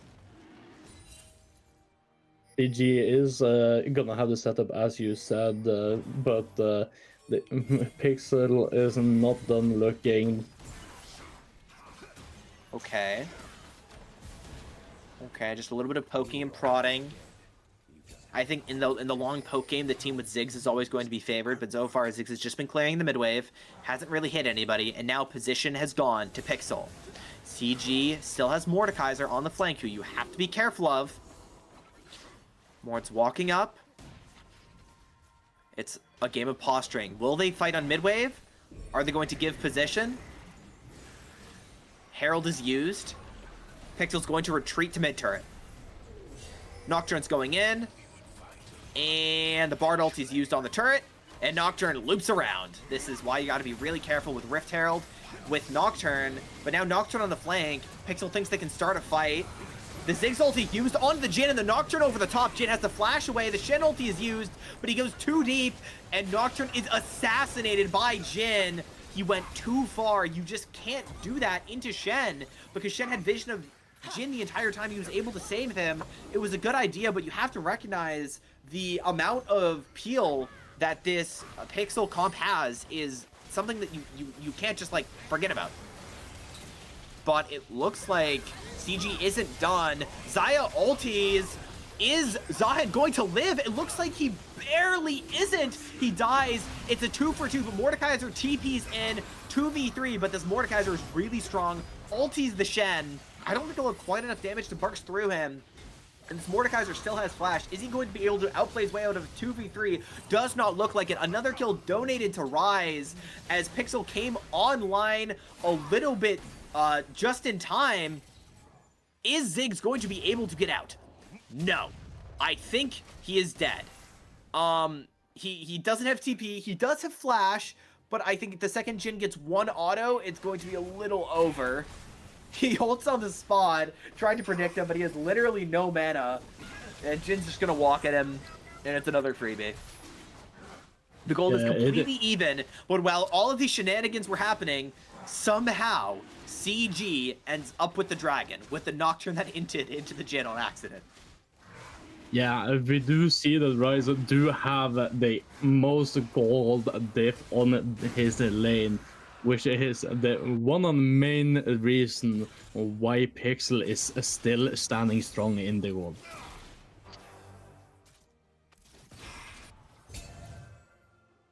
Yeah, it's absolutely crazy. I think, I don't know who I favor in this game state. Rise's Actualizer, so he is a 3-item, like, basically, like, 1v9 machine. But this Mordekaiser and this Xayah are also really scary threats. Like, both top laners have Dusk and Dawn, which is great to see, by the way. I think, like, this item is really broken on Shen and on Mordekaiser, and it's criminally underbuilt. As the Actualizer's popped, and I don't know if Mordekaiser has enough damage. He is fighting in the Death Realm, but this Rise is beating him 1v1, barely. And that's going to maybe be another few turret plates going over to Rise. But yeah, the power of this Rise late game, level 16, with the Actualizer, pops it and one-shots the Mordekaiser, who doesn't have any MR.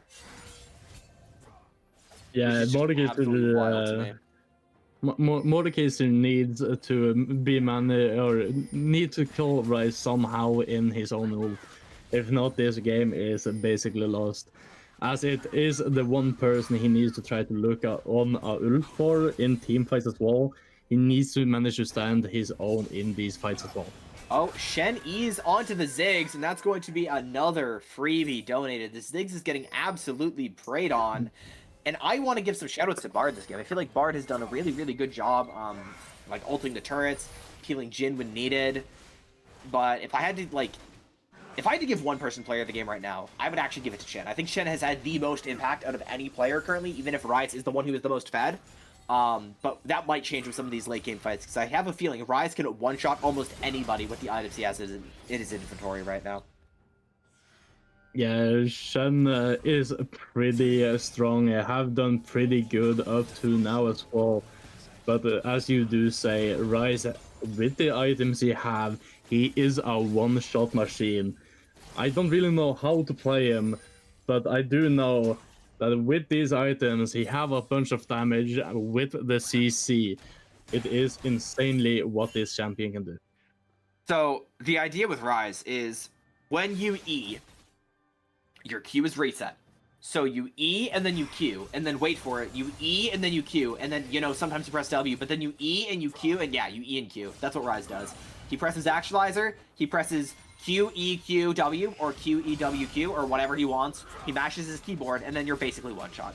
The champion is very, very strong, as there's another 1v1 here, but Shen is just going to pop away, and Mordekaiser doesn't want to use the Death Realm. Next objective is this Baron, which is already up, but I don't know if either team is comfortable enough to start it, as Ziggs is, in fact, able to get away from this Rise, who is very, very scary at this point in time. And assuming BG is going to start. Oh, yeah, I was supposed to... I didn't know if there was going to be a Baron start. This is very aggressive. They don't have any form of healing and shielding. This is the Baron that deals the most amount of damage. And I think PXL know. I think they might be throwing a little bit. Baron is going down very fast, and Mordekaiser is zoning, but everyone is very low. The Bard ulti used to buy time as Baron goes to CG, but I don't know if they can win the fight. Ziggs plus Nocturne annihilates Jhin, Do they have the angle in them? There's so much space being made right now. I think CG might have a slight advantage, but Shen's able to kill Nocturne. It's a 4v4. Rise has arrived, but Baron went over to the side of CG. Somehow they turn what looked to be a disastrous fight into a W situation. And Rise might be caught out. Ziggs just found an angle onto him. No, he's fine. He's fine. He makes it out. Shen TP's back. Everyone is low. Drake's up in a minute. Baron over to CG. Yeah, CG coming on top of that fight for sure. Managing to take Baron with people alive as well to carry it out. PXL sadly not having the kill potential to get rid of that Baron, punishing them. Was a nice try though with the Bard ult, but it was sadly not enough. Yeah, I mean, this is just, I don't know. I'm really enjoying this game. It's a very, very close game. Now PXL has the gold lead, despite CG having the objective.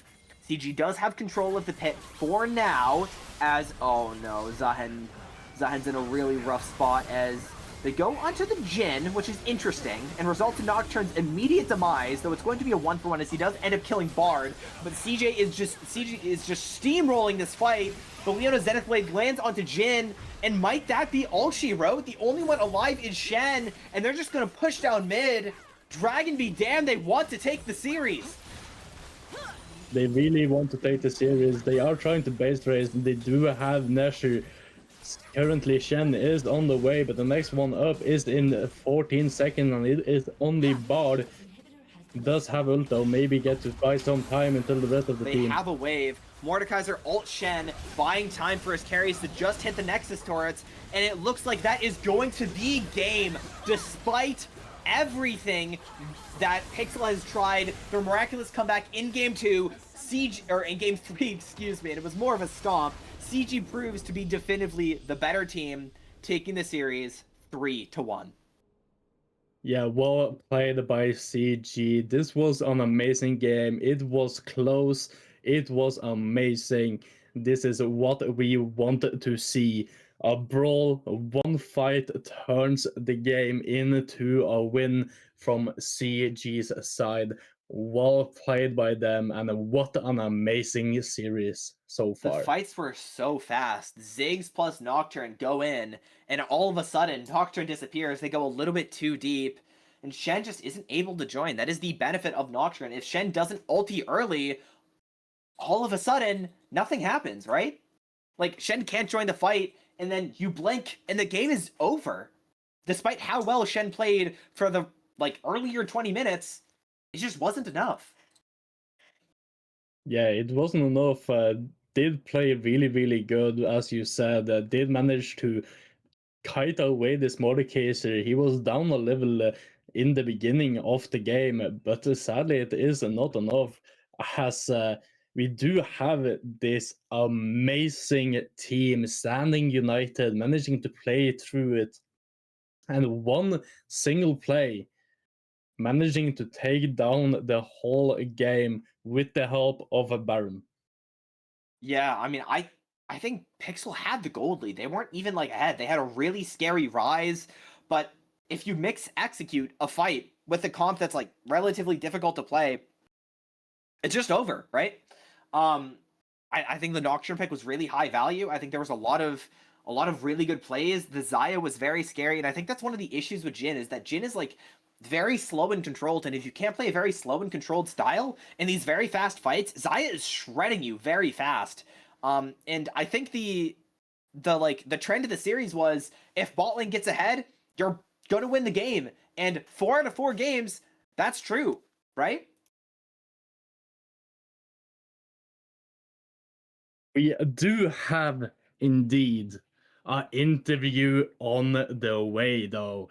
We do have a player from CG who wants to take an interview with us, which we are happy to do. So we do get a little bit insight here from the winning team. He is supposed to join here shortly, but what amazing series all across the board. We have had a bunch of plays, a bunch of good picks, some interesting drafts as well, mostly from Pixel side, but still an amazing series, still some amazing plays, and all over an amazing series.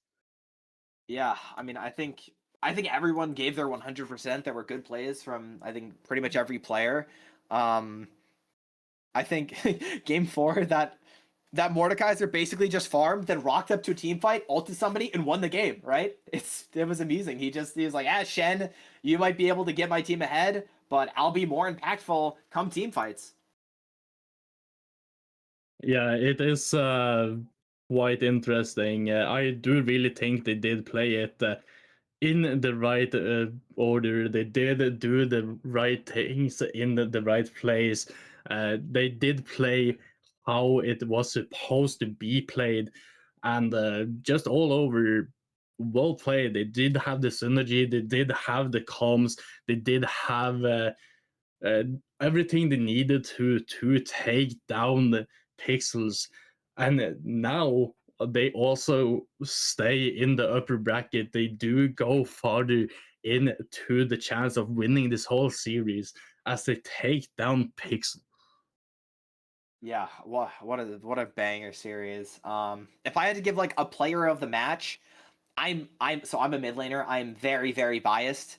I think games 1, 2, 3. CG's mid laner performed very well. I think the mid jungle on CG's side was just phenomenal the entire game. Right.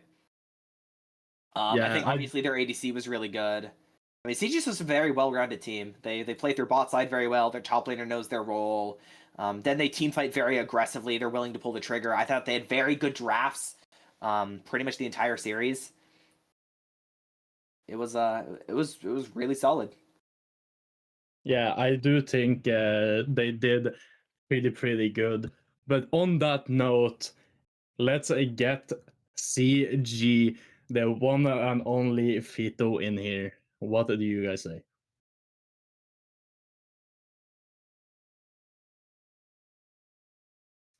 Hello. Hey, what's up? Welcome in, Fito. Hello, How are you guys. feeling? Uh, it's a 3-1. I'm like pretty. We're pretty like happy. The third game was a stomp from them, so that game maybe destroy our mental a little bit because it was a little stomp. But we said like, guys, we know how to play. We know what we did wrong. That's a bad game. Everyone can have a bad game. So let's reset mentally and go again. And well, the third game, it was not easy because Rice, for example, get a lot of kills and money, and maybe it's dangerous, let's say, in late game. But we know how to play versus that. So nice to. I'm happy. We are happy to get the 3-1. How did you feel about your drafts? Because we were talking about on broadcast how we favored a lot of like your draft prep. It felt like games 1 and 2 especially, you just put them in situations where it felt really hard for Pixel to be able to play the game. So how did you handle that, especially in like a fearless format where it's not like reliable to get these champions every game? Well, the fearless for us, it's not a problem. Let's say the most of the problems when we draft, it's more because we say, "Oh, I think this champion is good against that," but then we troll a lane or maybe in jungle or any like bad trade, things like that. But we have like a huge champion pool. We always want to play like the most meta picks as we can. But for example, the second game, as you said, we had a very abuse abuse no the first game we played Sheriff. We have a very abuse comp and was like, guys, Sheriff is not meta, but I think in this draft it's crazy. And as you can see, like the draft with Jarvan, with Sheriff, with Ethereal that has a lot of poke, a lot of, for example, when they want to engage they can't because we have a huge front lane. Maybe sometimes we troll a little bit or get picks too spicy, let's say, but we're like comfy with the fearless mode, so I think it's not a problem for us. Yeah, If you had to give, go on. I was just gonna pay some attention over to the game 3. You guys said you guys had a little bit bad of a game there, but not only that, you guys also had the swap of the top laner with a comp that only said we have one player to play around. Can you give some feedback around that? Well, the swap was a little bit hard because I want to explain you the first sentence. Our second top laner, our substitute top laner said, it's, "Oh, Doran's helm. What is this item?" So maybe it was a little bit hard, but obviously he's like, it's not warm. Let's say he was playing arenas and ARAMs, and we said like, okay, let's pick some, I don't know, Poppy and well, Morde. It's more like it's more fleshy, but it's because we saw the pick, and we said like, okay, get Poppy. We will like do an island in top. We don't touch that, and try to play for bot side. But obviously the bot side was a little bit hard because Lucian Milio, it's pretty hard to play on early. I didn't play the best game to cover that, and obviously the enemy team know how to abuse of that. So maybe Galio gets a lot of value, but he didn't know how to get it. Let's say like give him Brio and come with me bot to cover that. And well, we played very bad the early. Our top laner was not ready to play a game with that level because he didn't play that long ago.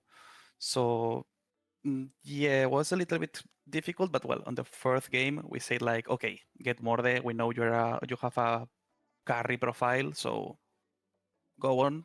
We don't want to know about you on top lane. Do your stuff and let's play with how we know how to do. If you had to give one player on your team, like a player of the series, you could choose yourself if you want. Who would you pick? Like, who do you think had like a really standout performance this series? I think the player who like get more advantage and play with that to give that advantage to the team, is Wesele, the mid lane. The Twisted Fate was really good because he gave us a lot of like movements and kills from us. The Galio, their lane was pretty massive, but well, we played bad that, and he cannot carry. The Thix, I think he did a great job with Thix, maintaining the range, getting the plates, and I think that player for me it's the best player of the city. Well, on the Sherath. What about to say about the Sherath?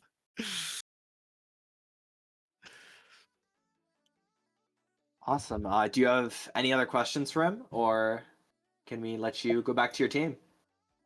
I don't really have any more questions. Thank you for having her, or joining us here.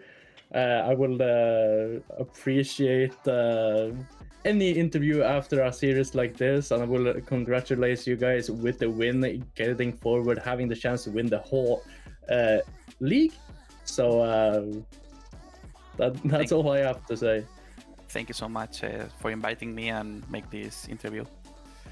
Awesome. Have a nice night. Let's say. Bye bye. Bye-bye. Thank you for joining us. Oh, what? How do you feel about the series now that it's all said and done? The interview's over. 10 out of 10? This was a blast. I am glad I was here to cast it. It have been some amazing games. It was some amazing picks, plays here and there.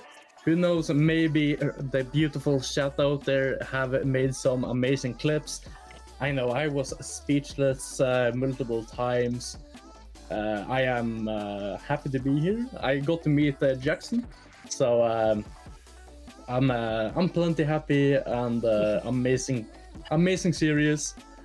So interesting to see where this is gonna go. Of course, we are gonna see CG against Gucci, I believe, if I'm not mistaken. Yeah. So Yeah, TG against good shit. it's